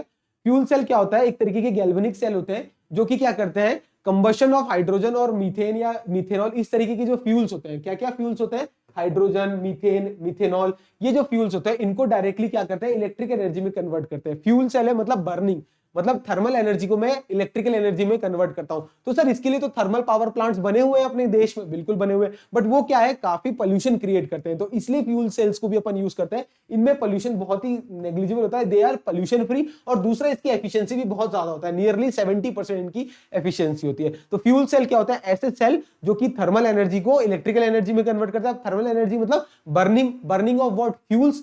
कौन कौन से फ्यूल्स, मीथेन, हाइड्रोजन और मिथेनॉल, ये जो फ्यूल्स होते हैं इनको इलेक्ट्रिकल एनर्जी में कन्वर्ट करते हैं। आइए फ्यूल सेल का देखते हैं। ये मेरा फ्यूल सेल की वर्किंग में समझाता हूं। ठीक है, क्लियर है? अब देखो फ्यूल सेल में क्या क्या होता है। सबसे पहले क्या करते हैं, वही एनोड और कैथोड दो टर्मिनल होंगे। इसमें एनोड में क्या मैं डालूंगा, एनोड के अंदर हाइड्रोजन गैस को मैं इनपुट कर रहा हूं। ये मेरे क्या है, ये दिख नहीं रहा होगा आपको, ये मेरा जो है एक तरीके का मेम्ब्रेन है। ये मेम्ब्रेन क्या करता है, ये मेम्ब्रेन सिर्फ और सिर्फ प्रोटॉन्स को क्या करता है, पास करता है अपने थ्रू। क्या करता है, सिर्फ प्रोटॉन्स को ये पास करता है। और किसको स्टॉप करता है, इलेक्ट्रॉन्स को स्टॉप करता है। क्लियर है? ठीक है, ये सिर्फ और सिर्फ क्या करेगा, प्रोटॉन्स को अपने थ्रू पास करने देगा। प्रोटॉन्स। अब समझेंगे होगा क्या। देखो ये क्या है, H2 है। H2 क्या है, गैस है। अब यह समझेंगे H2। तो एनोड पे क्या होगा, देखो एनोड पे क्या होगा, ऑक्सीडेशन होता है। ऑक्सीडेशन मतलब लॉस ऑफ इलेक्ट्रॉन। तो क्या होगा, H plus free electrons generate होंगे, 2 इलेक्ट्रॉन माइनस, तो 2H प्लस 2 इलेक्ट्रॉन। तो यहां क्या होगा, एक तो इलेक्ट्रॉन्स जब आ जाएंगे, और क्या हो जाएगा, H प्लस आयंस आ जाएंगे। क्या हो जाएगा, H प्लस आयन आ जाएंगे। अभी मैंने बताया था ये मेम्ब्रेन क्या करता है, H प्लस आयन को अपने थ्रू इजीली पास करने देगा, तो यहां से जो H प्लस आयन है वो इजीली पास हो जाएंगे, H plus ion easily pass हो जाएंगे और कैथोड पे जमा हो जाएंगे। ये मेरा आ गया H प्लस आयन, ये मेरे आ गया H प्लस आयन, ये मेरे आ गया H प्लस आयन। क्लियर है यहां तक, कोई भी डाउट नहीं। अब यहाँ पे इलेक्ट्रॉन है, क्या इलेक्ट्रॉन इसके थ्रू पास कर पाएगा? नहीं सर, इलेक्ट्रॉन नहीं पास कर पाएगा, इलेक्ट्रॉन को ये रोक लेगा। अब इलेक्ट्रॉन तो फ्री है, तो इलेक्ट्रॉन तो मूव करना चाहेगा, तो ये क्या करेगा, इस वायर के थ्रू इधर कैथोड पे आ जाएगा, इस वायर के थ्रू इस कैथोड पे आके डिपॉजिट हो जाएगा। यहां तक समझ में आ गया? ये फ्री इलेक्ट्रॉन आ गया, ये फ्री इलेक्ट्रॉन यहाँ आ गए कैथोड्स पे, ये क्या है, मेरी कैथोड है। अब जैसे इलेक्ट्रॉन का मूव होगा, इस डायरेक्शन में इलेक्ट्रॉन मूव हो रहा है, तो करंट किस डायरेक्शन मूव होगा, इस डायरेक्शन में करंट मूव होगा। अगर इलेक्ट्रॉन, तो जैसे ही करंट मूव होगा तो ये क्या हो जाएगा, बल्ब ग्लो कर जाएगा। तो जैसे ही बल्ब ग्लो करेगा, इसका मतलब क्या किया मैंने, इलेक्ट्रिसिटी प्रोड्यूस कर दी, तो हो गया ना फ्यूल सेल। जैसे ये क्या हुआ, हाइड्रोजन के फ्यूल को मैंने बर्न किया एक तरीके से, तो इलेक्ट्रॉन्स और हाइड्रोजन के H प्लस आयंस प्रोड्यूस हुए।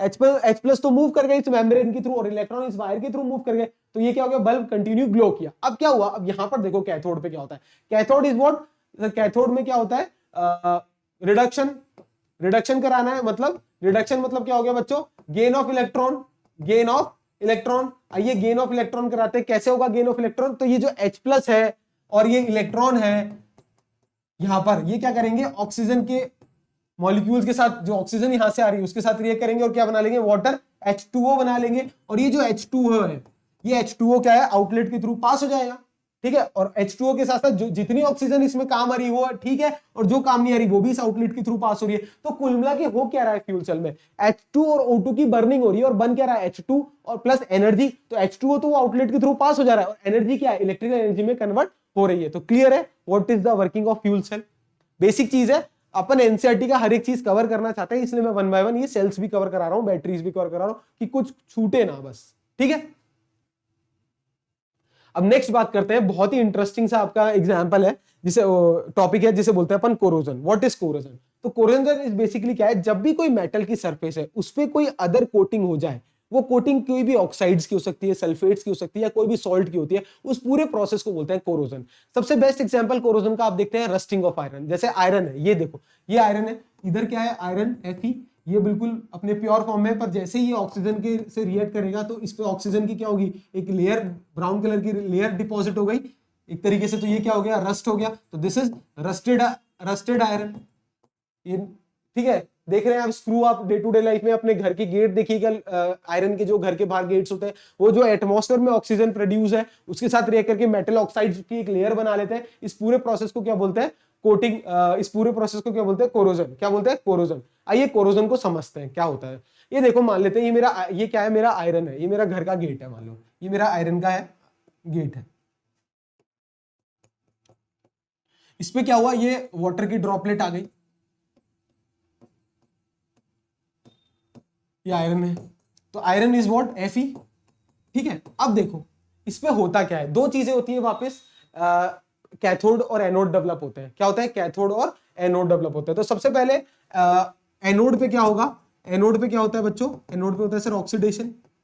आइए ऑक्सीडेशन कराते हैं। तो ऑक्सीडेशन में क्या होता है, ये जो आयरन है Fe क्या करता है, इलेक्ट्रॉन लूज कर देता है और क्या बनाता है, Fe2+ प्लस 2 इलेक्ट्रॉन। ये क्या कर दिया, इलेक्ट्रॉन लूज कर दिया आयरन ने, ठीक है। क्या बना दिया, Fe इलेक्ट्रॉन प्लस 2 इलेक्ट्रॉन। अब ये जो आयरन के जो दो इलेक्ट्रॉन है, ये दो इलेक्ट्रॉन क्या है, मूव करेंगे। ये दो इलेक्ट्रॉन मूव करके कहां आ जाएंगे, कैथोडिक सरफेस पे आएंगे। एक एनोडिक सरफेस होती है, वहां एनोड की रिएक्शन होती है। एक कैथोडिक सरफेस होती है जहां कैथोड की रिएक्शन होती है। तो कैथोड पे क्या होगा, रिडक्शन होगा। क्या होगा, रिडक्शन होगा। अब रिडक्शन में क्या है, वाटर ड्रॉपलेट है, तो वाटर ड्रॉपलेट्स में क्या ऑक्सीजन प्रेजेंट होगी O2 प्लस, और क्या देखो O2 प्लस, बुक्स में आप जनरली देखेंगे H प्लस प्लस ये जो 2 इलेक्ट्रॉन है, ऐसे ये बुक में अपन रिएक्टेंट देखेंगे, ये मिलके क्या बना रहे हैं, 2H2O बना रहे हैं, 2H2O लिक्विड। इस तरीके से आप देखेंगे ये 4H प्लस। अब सब बच्चों का एक सवाल है और मेरा भी आप बच्चों से ही सवाल है, ये बुक्स में क्यों लिखा है कि ये 4H प्लस कहां से आ गया। ये समझ में आ गया सर, बहुत अच्छे समझ में आ गया। ऑक्सीडेशन क्या होता है, रिडक्शन क्या होता है, गेन ऑफ इलेक्ट्रॉन। O2 कहां है, डेफिनेटली वाटर ड्रॉपलेट में। ये H प्लस कहां से आया सर, वाटर में H प्लस नहीं, ये कौन सा वाटर, ये H प्लस है। ये देखो देखो अपने को पता है कि एटमॉस्फेयर में क्या होता है, CO2 प्रेजेंट है, इस पूरी एटमॉस्फेयर में कार्बन डाइऑक्साइड भी प्रेजेंट है, एयर में प्रेजेंट है। ये जब क्या करती है, वाटर ड्रॉपलेट के साथ रिएक्ट करती है, H2 के साथ रिएक्ट करती है, तो क्या बनाती है, H2CO3 बनाती है। क्या बनाती है, H2CO3। ठीक है। अब इस H2CO3 को जब मैं बाइफरकेट करूंगा तो इस पे क्या होगा, H plus ion, HCO3 minus ion. तो ये जो H प्लस आयन है वो ये है, ये H प्लस आयन कहां से आया पता चला, वो वाटर ड्रॉपलेट जो एटमॉस्फेयर के कार्बन डाइऑक्साइड के साथ रिएक्ट करती, तो H प्लस आयन कहां से आते हैं, इस इधर से आता है। क्वेश्चन आ सकता है, अगर अच्छा पेपर बन गया, थोड़ा सा परेशान करने वाला बन गया, तो इजी से टॉपिक में से भी घुमा देगा, तो आपको घबराना नहीं है। इस जो मैं बता रहा हूं इसके बाहर से कभी नहीं आएगा। क्या ज्यादा से ज्यादा पूछ सकता है कि why this H plus is there, तो क्यों है ये H प्लस, क्योंकि जो एटमॉस्फेयर में कार्बन डाइऑक्साइड थी वो वाटर ड्रॉपलेट के साथ रिएक्ट करके H2CO3 बना रही है, एंड H2CO3 में क्या है, H प्लस आयन है और HCO3 माइनस आयन है। तो ये जो H प्लस आयन है ये भी किसके साथ, ऑक्सीजन के साथ रिएक्ट करके क्या बना देगा, 2H2O बना लेगा। तो बेसिकली अगर मैं ओवरऑल रिएक्शन लिखता हूं, तो ये जो Fe है, Fe प्लस ये 2 इलेक्ट्रॉन से 2 इलेक्ट्रॉन कट जाएगा, plus O2 plus 4H plus will give what, Fe2 plus 2H2O, Fe2 plus 2H2O। ये जो Fe2 प्लस 2H2 है ये मिलके क्या बना लेगा, Fe2O3। क्या बना लेगा, Fe2O3। यहां दिख रहा होगा आपको, नहीं दिख रहा तो कोई बात नहीं, मैं बता देता हूं। ये क्या है, Fe2 प्लस 2H2O मिलके क्या बनाएगा, Fe2O3। ये जो Fe2O3 है इसे अपन बोलते हैं रस्ट। क्या बोलते हैं, रस्ट, जो कि आयरन के ऊपर डिपॉजिट हो जाती है। क्लियर है, this was all about corrosion. Corrosion clear है, क्या होता है, आयरन है, आयरन के ऊपर Fe है, Fe क्या हो गया, ऑक्सीडाइज हो गया, लॉस ऑफ इलेक्ट्रॉन हो गया, वो इलेक्ट्रॉन कहां गया, कैथोडिक सरफेस पे गया, जहां पर क्या प्रेजेंट है, ऑक्सीजन प्रेजेंट है। तो O2 के साथ क्या, वो एक तो इलेक्ट्रॉन ऐड करेगा, प्लस वो H प्लस जो प्रेजेंट है एटमॉस्फेयर में, वो जो H2O के साथ क्या किया, CO2 ने रिएक्ट करके H2CO3 बनाया, तो वो H प्लस और HCO3 माइनस आयन प्रेजेंट है, तो वो H plus plus O2 plus 2 electron will give 2H2O। ये 2H2O क्या कर देगा, नम, मतलब मॉइस्चराइजेशन क्रिएट कर देगा Fe2 प्लस के साथ, और रिएक्ट करके क्या बनेगा, Fe2O3। कई बुक्स में Fe2O3.xH2O लिखा होता है, वो भी गलत नहीं है। This is known as rust, ये रस्ट है। तो this is the process of rusting या corrosion in case of iron. Clear है, आई होप इलेक्ट्रोकेमिस्ट्री का पूरे कंसेप्ट आपको क्लियर है। मैक्सिमम मैंने ट्राई किया है कि आपको सब चीजें समझ में आए, फिर भी हो सकता है कुछ चीजों में आपको कंफ्यूजन है। तो ऑल दी एसएसपीएंस मेरी आपसे यही रिक्वेस्ट है, तो कोई भी कंफ्यूजन है तो घबराइएगा मत, कंफ्यूज होने से बेटर है कमेंट कीजिएगा, ठीक है। आप सबका ये डाउट मुझे पता है कि आगे एग्जाम आ रहे हैं, आप बहुत ही ज्यादा हड़बड़ी में, पर हड़बड़ी में मत रहिए। मेरी रिस्पॉन्सिबिलिटी केमिस्ट्री की आपको मैक्सिमम चीज कराऊं। अब एक एग्जांपल लेता हूं, क्या कि मान लो मैं ये टॉपिक ना करा था, फॉर एग्जांपल बैटरीज, मेरा मतलब मन नहीं मांगता कि मैं ऐसा ना करूं कि यार कुछ चीजें स्किप करा दूं, ठीक है, क्योंकि मेरे को ये लगता है कि यार मैंने जब वादा कर दिया फर्स्ट डे की जब अपन पेपर देखेंगे तो हर चीज मैच कराएंगे, तो मैं ये चाहता हूं कि अब 9 मार्क्स आपके पक्के हो गए हैं थ्योरी के, जब न्यूमेरिकल कराऊंगा तो हर एक न्यूमेरिकल तो आएगा ही एज इट इज, तो थ्योरी के 9 मार्क्स ये पक्के हो गए, सोल्यूशन के 6-7 मार्क्स पक्के हो गए, तो ये चीज पक्के करते चलो। सब बच्चों ने कमेंट सेक्शन में ऑर्गेनिक केमिस्ट्री का पूछा है कि सर ऑर्गेनिक कब कराएंगे। अब जैसे ही ये मेरा फिजिकल कंप्लीट हो जाएगा तो तुरंत अपन ऑर्गेनिक पे मूव करेंगे और अपन ऑर्गेनिक केमिस्ट्री कंप्लीट करेंगे, ठीक है। आई होप आज का सेशन आपको अच्छा लगा हो तो प्लीज लाइक, शेयर और सब्सक्राइब जरूर कीजिएगा चैनल को, कि ज्यादा से ज्यादा बच्चे अपने से कनेक्ट हो सके। Thank you very much. मेरे एफर्ट्स अब आपको अच्छे लग रहे हो तो प्लीज क्लासेस अटेंड कीजिए। मिलते हैं नेक्स्ट सेशन में, जब तक good night, all the best, अच्छे से प्रिपरेशन कीजिए और जम के पढ़ाई कीजिए। ओके बच्चों।